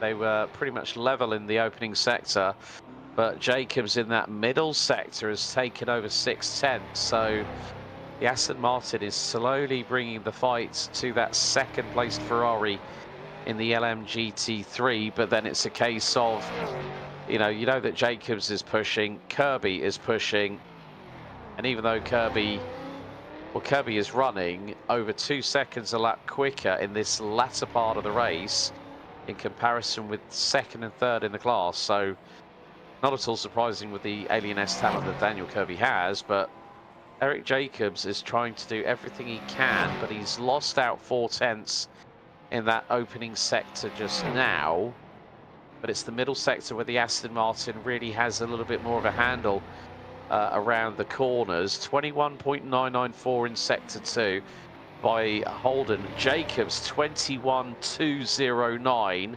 So it's in that middle sector that the Aston Martin is more planted than the Ferrari at the moment. Yeah, it's like we mentioned when we were talking earlier on with, I think it was the 9X8 and the Caddy. There's always going to be an area that one car is better than another. But don't forget, we do have a strong belief that Alan Holden may be doing some form of fuel saving, some form of possible trying to get to the end with 20 minutes to go here. So Jacobs, if he's going to drive full flat and he's going to get there, well, it's going to be a different story, isn't it, for him? He can just go and full bean it everywhere. Holden's got to be a little bit more sensible. So who knows where Jacobs going to be at the end of this? If he is full flat in it and he has got a pit, he may be behind Holden anyway. James, I wonder, you know, as you're saying that, I'm wondering if maybe Alan has some damage he picked up from like an earlier incident. Maybe he hit the wall or something, and that's one of the reasons he's running slow. Because other than he's just trying to prove that he can do a one-stop just because, I don't see any other reason why his pace would be so far off. Eric Jacobs is no slouch, but I mean, for as much as he's tractor beaming him in here, it seems like that's just a huge amount of pace to be having kind of up over top of Alan Holden. Well, he's got straight steering, so that's always a good start. And other than that, I don't think I've got a camera that can go around his car, unfortunately, that can show me any form of damage on any sort of areas. You can see the front looks fine. And, you know, he's still got the rear wing on, so that's always good. The car itself from the top-down version looks quite smart. So I don't physically see the inner workings. Obviously, I've got no cameras pointed in on him, but it's a possibility, Ross. I think that's the thing. It is definitely a possibility that he has got damage, but other than, as you say, because I can, is there any other reason? I don't know. Alex, what do you think? No, I think I mean, which car was sitting behind Paul Ibbotson when he had that moment going into turn 4? I think Alan Holden was one of the cars at the front end where I think it was in it Lanny Hall that we saw that had actually spun it whilst trying to avoid people. Because like it all concertinaed, and then all of a sudden there's a big old traffic jam. I think Alan Holden, I'm not too sure if he was towards the front of the train or the back of the train, but if Lanny Hall had made contact with anybody, then that might have compromised someone, especially if he spun into the rear end of a GT3 car, and if that's caused some superficial damage to the rear diffuser, that will then compromise the rear downforce on the car, so that will lose you a little bit of top speed and also some handling characteristics thereby. Yeah, as I said, it is more than a possibility that he has, and we, as I say, we physically cannot see the damage that he's got, you know, and that could be the case, and it may well be the case with him that he's carrying damage, because, as I said, other than just because I can, why would he be doing it? Well, 3.5 seconds and one more pit stop to go with 17 minutes left in the race. I guess we'll see how it plays out. Yeah, that's very true. Very true. I mean, you've had Kesby, JT Tammy, Troy Uyen, Brian Hall. They've all done 2 pit stops. Norman Graff has done 2 pit stops. Obviously, there were going to be possibility of 3 for the hypercars, but obviously with the slower speed technical sections of the circuit, you're not going to be at full throttle all the time. So there may be a little bit of lifting and coasting involved before applying the brakes, but with the GT3s, you're able to go that little bit more hell for leather, so to speak. As bit of a wobble there from Alan Holden coming out of turn 2, going down towards East Jefferson. So, but let's just see what his speed is before he hits the brakes. So 250 kph, 250 kilometers an hour before heading into turn 3 at Griswold Street. So I'm just looking at the speed traps between, I mean, Daniel Kirby's hit highs of 165 miles an hour. Alan Holden and Eric Jacobs, they've been pretty much on a par. Their maximum recorded speed 163 miles an hour, but that would have been maybe a little bit earlier on in the race, whereby they did have the slipstream of assistance of other GT3 cars that were close in proximity, as well as the hypercars too, let's not forget. There's still lots to play here, and maybe not in some of the other classes, but definitely here with Jacobs and Holden. There's still a lot that can go on over these next, you know, what have we got, 15 minutes here. I don't think, other than that, there's going to be no challenges anywhere else. I think Max and Flap can just carry on doing what he's doing, you know, probably thinking about what he's doing tomorrow, doing a bit of shopping, I don't know, taking the wife out for dinner, and he can just poodle on around Detroit. He's got a, you know, Miller's 16 laps down is in pit lane here as well. You know, Norm Graff is another one. He can take it easy. He looks like he's going to wrap up the win. So does Dan Kirby, and so does Ben Kesby. So yeah, it's hard to see, apart from possibly Alan Holden and Jacobs, where the rest of the action is going to come from. I just had news from Alexander McQuarrie in the Discord server. Well, that sucked. Blew the motor. Laugh out loud. And Ross, you went straight away. You too. And he said, yeah, turn right before the pit entry. Downshifted 2 gears. Boom. So, so that's 2 GT3 cars we've lost due to blown engines in this race.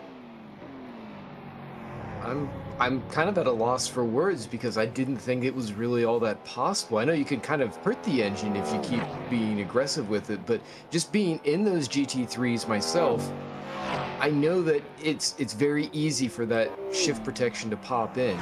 And like I said, it's not nearly as aggressive as you see with the Studio 397 cars, which a lot of people have complained about just because they like to be able to ride the engine down, do a lot of engine braking, whatnot. But it certainly will keep protecting you. So I'm not sure if it might just be these cars in particular, like these particular models, maybe they're a little bit too light with some of the protection, or if it's a combination of, like you said, the the gearbox is getting a lot of work here, and just a combination of that and running the revs a little bit higher. Maybe there's some tape over the griller blanking for the engine. It's a full combination of those things coming together and making the engine fragile. Yeah, and when you've got a lot of gear changes, a lot of acceleration, a lot of hard braking, you know, it's not just the drivetrain itself, not just the engine, but also the gearbox. Also the braking system takes a pounding as well, especially if the car's front engined, with regards to where its engine is placed in the vehicle. So yeah, I mean, new track, and also I think because of the way that this track has, you know, it's a new development. It's here, and a big thank you to Benjamin 00 through SGS that has helped to develop this track for this platform. You know, there were always going to be those sort of what if kind of situations, James, whereby, yeah, you're going to have a lot more gear changes, a lot more stress on the engine because you're slowing the car down. The engine's then nigh on tick over. You're then accelerating. You're up the gearbox. You're down the gearbox. You're braking. You're turning in. There's so much that the driver's having to concentrate on, and that's just on turning in, shifting up the gears, accelerating and braking, but then also brake bias, engine mapping, that kind of thing that can also be conducive to potential engine dramas. Yeah, that's the thing. There's so much involved with it that you could put it down to a number of things, couldn't you? You know, Ross is more tech savvy on it than I am in the technical side by saying it's not physically possible, it shouldn't be possible. Well, clearly we're being shown that it is possible, and they have done it. So it could be anything involved with that. You know, you've got to look at how many gear changes, as you say, you're doing throughout the race, and there's lots of things. And I would never sit back and go, something is never possible, because of the fact that it's always possible. I mean, just looking at the telemetry that we've got with Ben Kesby at the moment, going through that complex just there, going through the final couple of corners through turns 8 and 9, he was at 110 kilometers an hour, which is about close to 70 miles an hour in first gear, and the rev limiter was quite close to the red line. And now we're seeing him go down East Jefferson, 280 kph in 7th gear, 290, 300, now down the gearbox. And he's got to shift all the way down to first gear at around about 30 miles an hour. So that's a scrub of 150 miles an hour worth of speed, and then accelerating coming out of turn 4, and then the car's nearly bouncing off the red line again. So it's not just the GT3 cars that could be at this problem happening, but the hypercars as well, wouldn't you say, Ross? Yeah, I don't know. I'm still kind of stuck on what James was saying there with this because I'm looking at the ambient track temperature, only 20 degrees out. It's quite cool. So I don't know. Being on the Storm Gang side of things, you know, these sort of questions bounce around inside my head, even though I'm less involved with the physics and more in tune with what's going on graphically. But you know, it's just perplexing. And certainly this track just overall has thrown a lot of monkey wrenches into everything, the way that the drivers are driving the cars and how, like you said earlier, how it's going to shape up the championship. Let me ask you, Ross, when you take a drive down the street, how hot is your car when you get out of it? Can you put your hand on the car engine? Does it matter if it's Depends on the sun? day. Does it matter? It doesn't matter, does it? When I go out, it doesn't matter if I drive round the whole block, do 100 miles in my car, I still can't put my hand on the engine. Whether or not, Well, I live in yes. the UK. I live in the UK, dude. We barely get sun, right? Alex can vouch for this. We spend most of the time freezing, so it doesn't Yeah. matter. The engine is still roasted. These guys are running this at full beans at 300 kph at certain points. The engine's going to give up, dude. It doesn't matter if the ambient temperature, it doesn't matter. It could be snowing, and that engine will still blow up if it gets too hot. Because my car, any car will do the same thing. Well, I will say that you're right in that the engine is pushing, and certainly anything the drivers are going to be doing during the race is going to have a major knock-on effect. But I would argue that to see it in a condition where it is this cool, unless they have their blanking cranked way up to try and maximize whatever they can down the straightaway, you know, getting that straight line speed or anything like that, maybe some front downforce, it's the type of thing that I'm surprised that simply having those downshifts being kind of aggressive would be enough to do it, especially in such a short amount of time. I think it was maybe around halfway when that took place. So it's just surprising to see that thing kind of happen. You know, maybe after a longer race of constant abuse, if it were hotter, I could see that happening. It's surprising. That's all I have to say. Yeah, Okay. I mean, from my mechanical understanding, with having worked in the automotive industry, I've seen it where it doesn't matter about the ambient air temperature. It sometimes can be just down to the amount of force that's put through the gearbox, put through the engine, and the wear side of things. Because when you're at full speed in a race car, or Ben Kesby getting a little bit Tokyo Drift going through into turn 3 there. He's got a good old gap at the moment with 48.2 seconds ahead of JT Tammy as we're into the last 8 minutes of this race.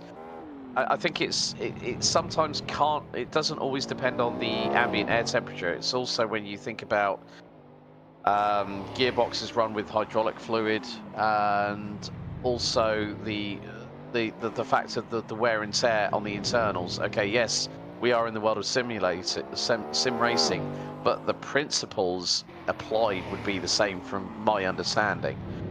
And I could go into terminology here, but the more you put something under duress, the more likelihood there is of it going to break. Is effectively the layman's terminology for you folks out there that don't that may not know about. Oh, don't patronise the audience, Alex. No. I'll tell you, you teach them to suck eggs, mate. They're going to come back and throw them at you.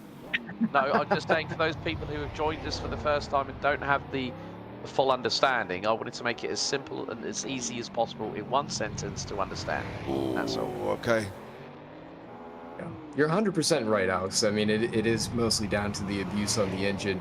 I'm just thinking of it in terms of the way that R Factor 2 simulates some of that long-term abuse, because it will factor in a lot of the engine heat, particularly like with oil temperature, which can be greatly affected by what's going on between the track, the air temperature, and whatever blanking is going on. Like it will use a lot of that to try and simulate what's going on with the mechanical wear on top of whatever high rev ranges and torque and whatever you're putting through the transmission. Yeah, so we're coming down to the final 6 minutes as Ben Kesby trying to get through on Alan Holden, and it is very much the case that he's going to win this by best part of 2/3 of a lap here. Well, over 2/3 of a lap, nearly a lap over JT Tammy, who on his hypercar debut this season in the BMW M Hybrid V8 has done a stellar job, whilst a few drivers, including Johnny Gutierrez and Karabasak, have fallen by the wayside. Troy Uyen in third, ahead of Brian Hall. Norm Graff leads again in Hypercar AM. And Daniel Kirby, he might be 5 laps down, but he is leading the LMGT3 Pro and LMGT3 overall 6th. He's run as high as, what was it, 4th overall this race, gents, and done a pretty stellar job. As we see Troy Uyen trying to get past, I think that is that Brian Hall, who I think he's trying to get past on the moment in the Lamborghini, because I know it's a different colour scheme for Lanny Hall's car. Yes, you are correct. You are correct here, sir. He is putting Troy Uyen, is putting a lap on Brian Hall, which will put him another lap down. We've still got 11 cars to run and 4 minutes to go. So good job from everybody that stayed in. Lanny Hall being 9 laps down is the last of the runners. Stephen Miller is still in pit lane, but I'm not going to count him as a runner. He's been in there for absolutely ages. No other dramas for anybody else. Kirby still leading GT3s. Norm Graff still leading Hypercars. Hypercar AM, sorry. Kesby still leading Hypercar Pro. Max Sunverlap still leading GT3 AM. And is the only surviving GT3 AM at that as well, because Miller, McQuarrie and Ibbotson are all out of the race. So good run for the number 61. It's nice to see him be able to survive the dramas that everyone else has suffered here today, Ross. Yeah, and you know, based on the math that James just explained, it looks like it's about a car a lap to his prediction. So looks like that's pretty much in the driver's favor at this point. I am kind of interested, you know, seeing in that Eric Japes, he did come in for that fuel stop, by the way, so that's opened up this gap. So I guess we'll see if Alan Holden's able to hold out and get that the last, I guess it'd be probably about 3-4 laps now coming to the end that he has to hold out for to make that one-stop race a reality. Yeah, I think, well, Ben Kesby's about 3/4 of the way through the lap. We've got a yellow out in sector 1 that's just been briefly... Oh, Troy Uyen. Oh, dear. What's happened here? Oh, that's Eric J. Oh, oh, he was very, very lucky he did not turn in. Wait. Very lucky he did not turn in. Hold your brakes. You got a heads up. Well played there, Troy Uyen, and he keeps a hold of 3rd position because Brian Hall was 2 laps down on him. Yeah, I think for me, he caught him way too late. He caught him late as well. He caught him at corner entry, and I don't know where he expected the Aston Martin to go. You know, he can't Harry Potter up a chimney and just go poof, and off he goes. He is there, and you're going to have to realise that your actually rate of closure is going to put you right on corner entry, and that's kind of what Troy did. His capture area, shall we say, was on corner entry, and that Aston just couldn't go anywhere. Yeah, so we are heading towards the final couple of laps of this race. I think 81 laps will be completed by race leader Ben Kesby. There he is in the number 9 Cadillac V Series R, and he's done a pretty sterling job from lights out. Just over an hour and, well, nearly an hour and a half ago, he's making his way through into turn 2. So I think we've probably got this and one more lap to go, gents. So probably 82 laps will be completed of this 1.7 mile circuit. And Kesby has just done exactly everything right. He hasn't put a foot wrong at all. No, he has been mighty. Well, the thing is, though, this is maybe, you know, people out in front here, so I was going to dig at you so hard then, Ross. I was like, maybe Ross doesn't quite get this. But when you're out in front, you can sit back and relax with a little bit of time here and just chill, can't you? Ross, you're under no pressure to do anything. Well, I mean, remember, these are race car drivers, so not all of them are going to take that approach, as you see some of them just still kicking the rear tires around these corners, even knowing that they've only got a couple laps left in the bag. But But you're right. I mean, those with some heads-up skill, and particularly for this group here, where they're seeing, you know, not about a dozen cars left in the race, there aren't going to be a whole lot of stupid maneuvers. You know, no one's going to try anything. I mean, Troy, obviously, like, he was very heads up. Had this been any other situation where there were, you know, 30, 40 cars on the track and he was nose to tail with his closest competitors, you know, he might have tried a little bit harder, maybe on the GT3, or, you know, it's tough to say. But you know, knowing Troy, I'm sure he probably would have been responsible in most situations. But you get in under some pressure, you know, some things can happen. And like you said, if you're out in front, you know, Ben Kensby doesn't have to worry about it. JT Tammy's not going to close up a 48-second gap to him heading into the last part of this race here. So he can relax, just cruise it in for the last part of the race, count his blessings that, you know, he didn't get caught up on a wall or a tire bundle anywhere, and enjoy the victory. Yep, I agree. So, an hour and a half has expired here on the streets of Belle Isle in Detroit, and Ben Kesby has led pretty much every single lap. He's going to take the victory here in round number 5 of the series, and it's going to be by a significant margin, more than 48 seconds. And with that, well, the next best placed hypercar driver will very soon be crossing the line in his own right. That'll be JT Tammy in the number 024 BMW V8 Hybrid.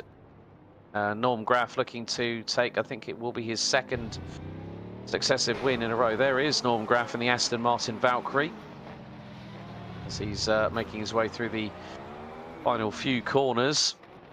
And, well, Daniel Kirby is going to take the win in the LM GT3 class, ahead of Alan Holden, who manages to pick up second in the series this round. Max Sunkenlap crosses the line to win in LM GT3 AM, and Norm Graff with that screaming V12 Aston Martin Valkyrie takes the win in the Hypercar AM class. Eric Jacobs will round out the top 3 in LM GT3.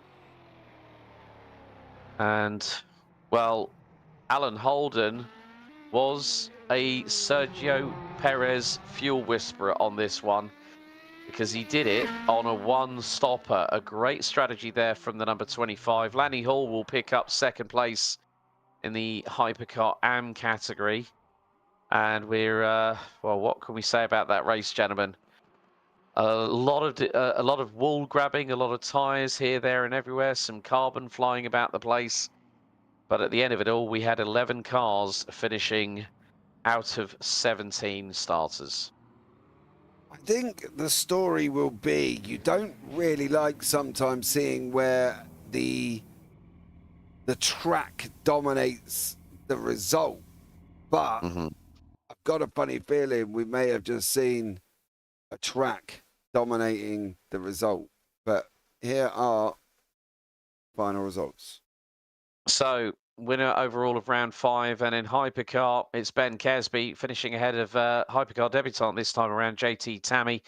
Troy Uyen and Brian Hall round out the 4 Hypercars that did make it to the end of the race. Norm Graff picks up the win in Hypercar RAM, with Daniel Kirby deciding to go into GT3 this time. Picks up the win a lap ahead of Alan Holden, who in turn was a lap ahead of Eric Jacobs, and they round out the top 3 in LM GT3. Max Sunkenlap in the Aston Martin picks up the win in LM GT3 AM, ahead of the final surviving GT3 Pro in the form of Dark Thunder Racing's Matthew Overton. Lanny Hall in the number 50 Hypercar AM class would round out the 11th and final classified finisher, making it to the checkered flag. We then have Stephen Miller, Edgar Karabasak, Ryan Paulbert Reyes, Johnny Gutierrez, Alexander McQuarrie, and Paul Ibbotson, with the latter 2 just mentioned having blown their... Well, we had Alexander McQuarrie blowing an engine, and Ryan Paulbert Reyes doing exactly the same, with one doing it in the going into pit lane,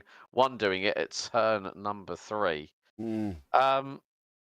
Yeah, interesting first run on this version of Detroit. We are going to see whether we might have a chance to speak to our class winners, which I think we have already got a couple of them coming in as we speak. A big thank you to the Partners, sponsors, and contributors: SimRace 24/7, Champion Motorsports, Grid Finder, Ozadogan Design, JMP Virtual Tracks, Brian B, Optical Dreamsoft, ODS, Virtual LM. As Mr. Matthew Overton joins us. Matthew, hello there. Welcome in. Thank you, Alex. Heck of a race. I've got the 4 class winners all set up and waiting for you. I'm sure they've got some great stories about how the race panned out for them. Much better Indeed. than my sad story.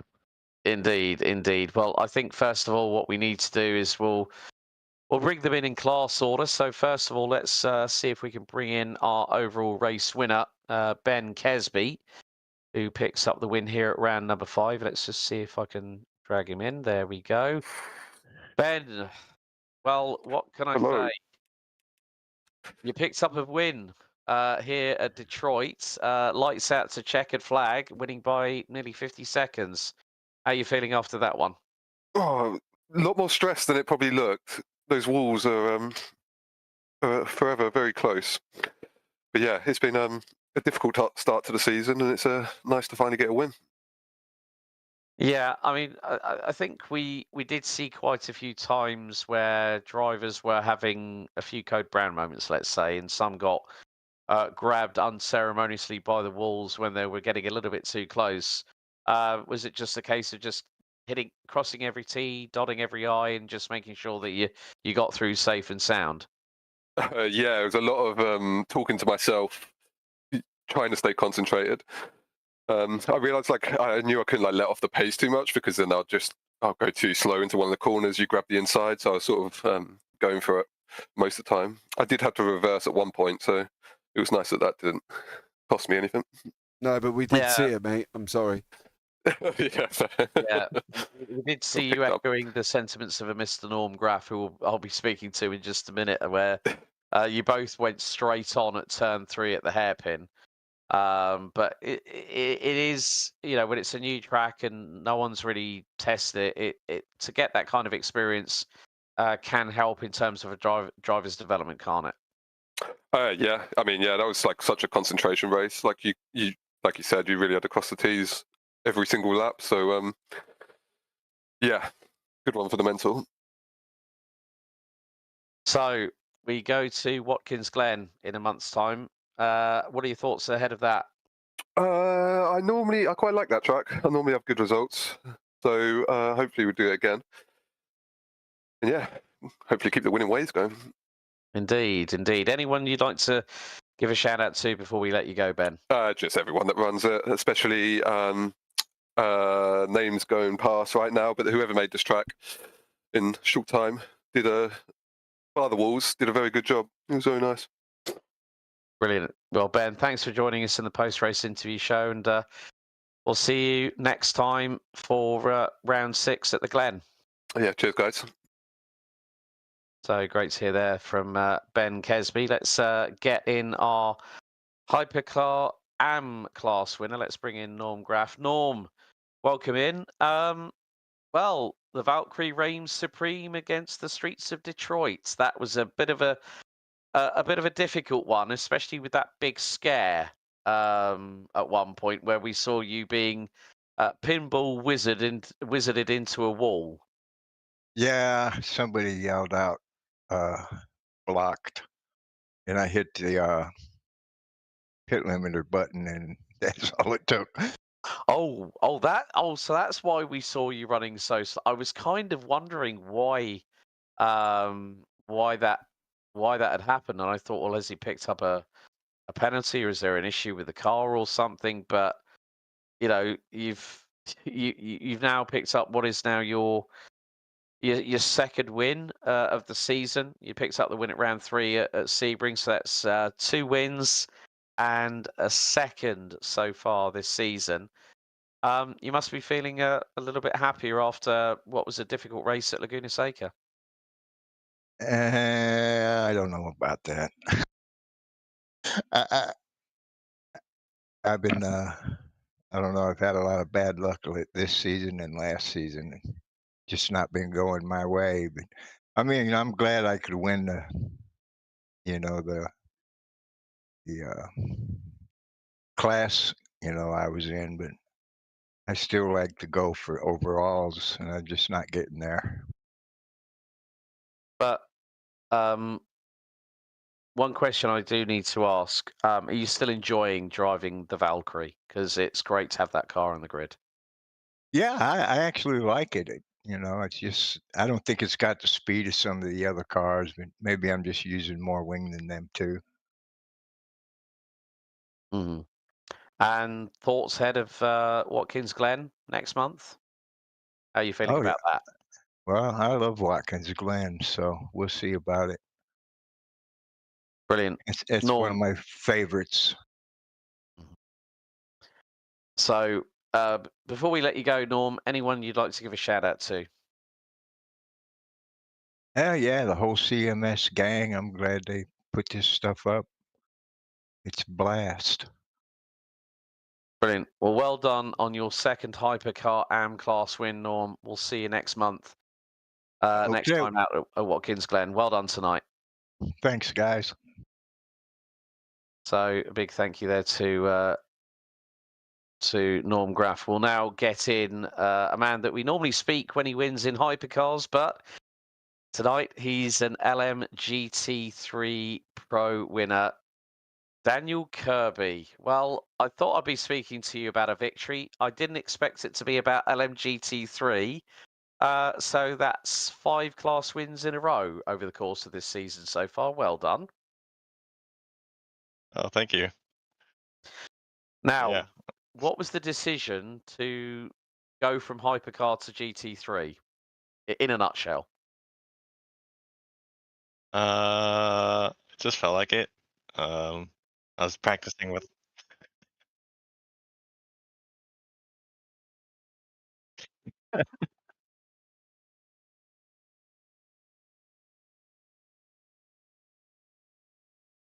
Yeah.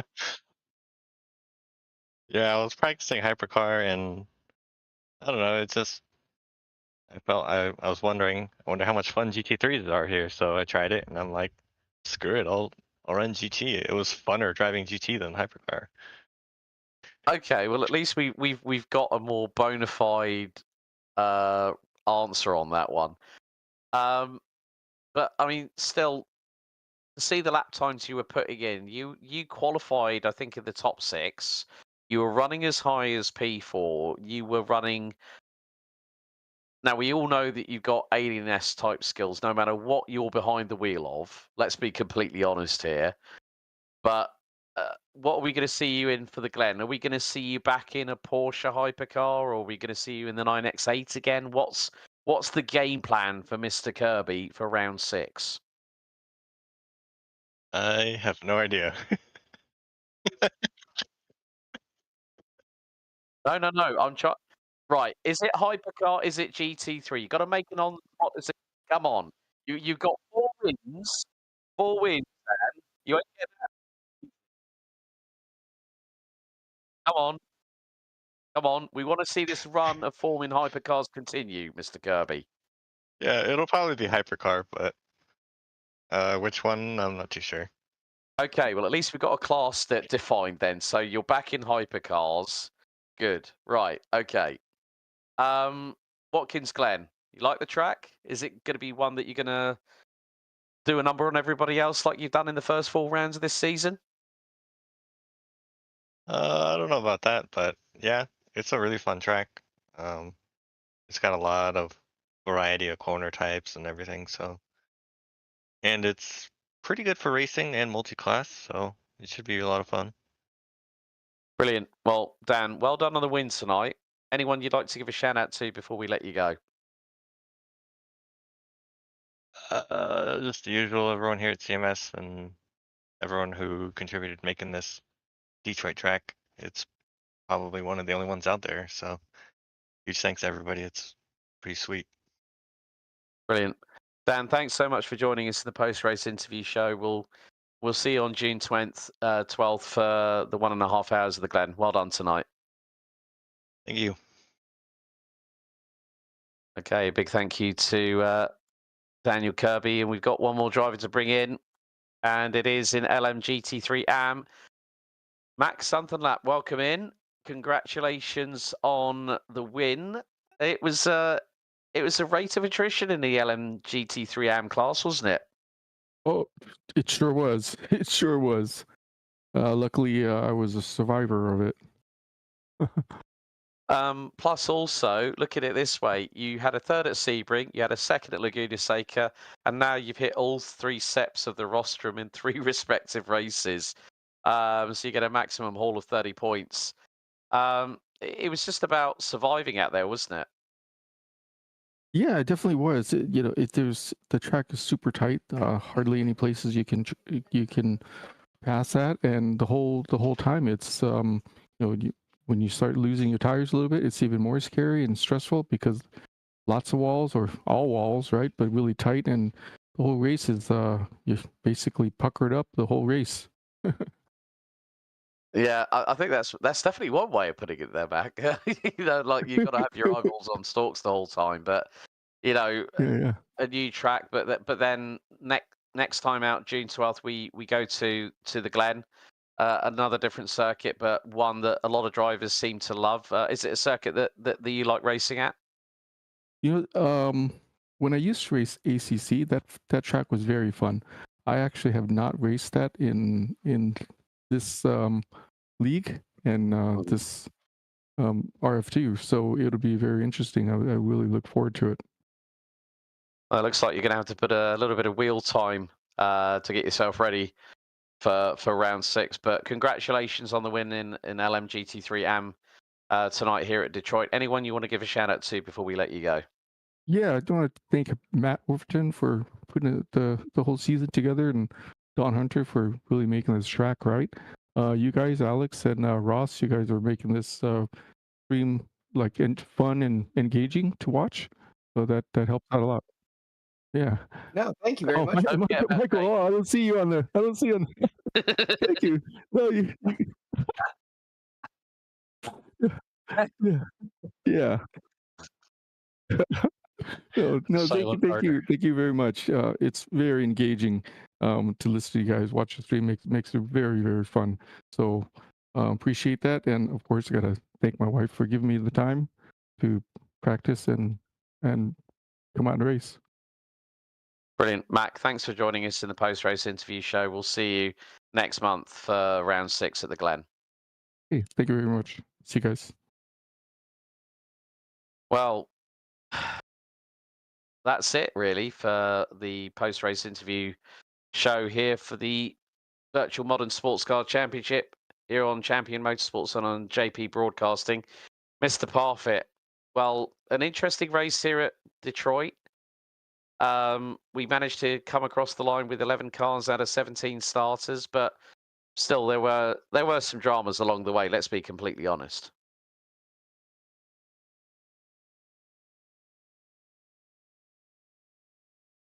Mhm.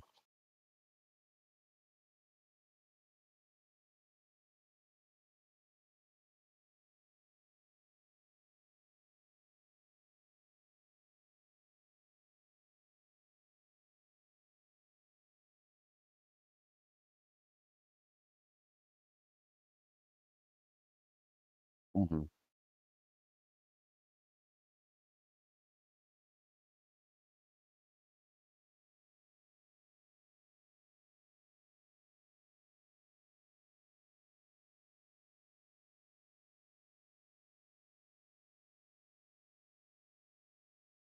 Yeah, definitely a great night of racing, James. It was.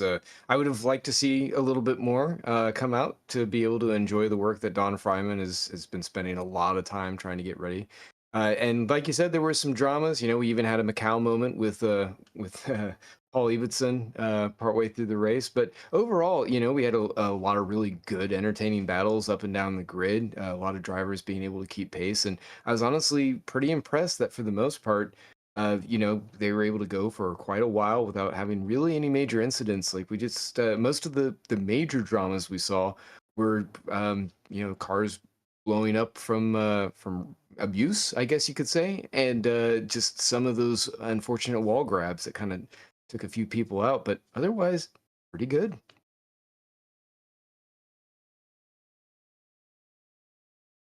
I was really very pleased with the race. I walked into it with a lot of trepidation about how it was going to turn out. I will disagree. I would have liked another at least half dozen cars, maybe even 10, to extend the racing, because once we did get the inevitable DNFs or just dropping out, the track became lonely pretty quickly. So I'm quite confident it can handle more cars. A couple of unfortunate things there with people having a brain fade in a couple cases, and unfortunate grab of the wall in the case of Stephen Miller. We're going to continue to work on the track. Don Fryman, as Ross said, has done a great job on this track. I'm looking forward to using it again next year with the improvements to it. But it's still going to be a difficult track because there's not a whole lot of room. People are going to be tagging walls, honestly, and it's really makes the driver focus. So I'm really pleased about it. I really like the race. Yeah, well, on that note, ladies and gentlemen, thank you so much for joining us here for the NARS Virtual Modern Sports Car Championship. We return to action. We go to Watkins Glen on June 12th as we hit the halfway point of this 2025 season. You've been in the company of myself, Alex Goldschmidt, James Parfitt, and Ross Smith, with the brief cameo from Matthew Overton. It's been a real pleasure having you all along for the show, and, well, we'll see you next time, because it's always that case when you have to race hard, race fair, and if in doubt, well, you can go flat out. We'll see you next time. Thanks for watching. Goodbye for now.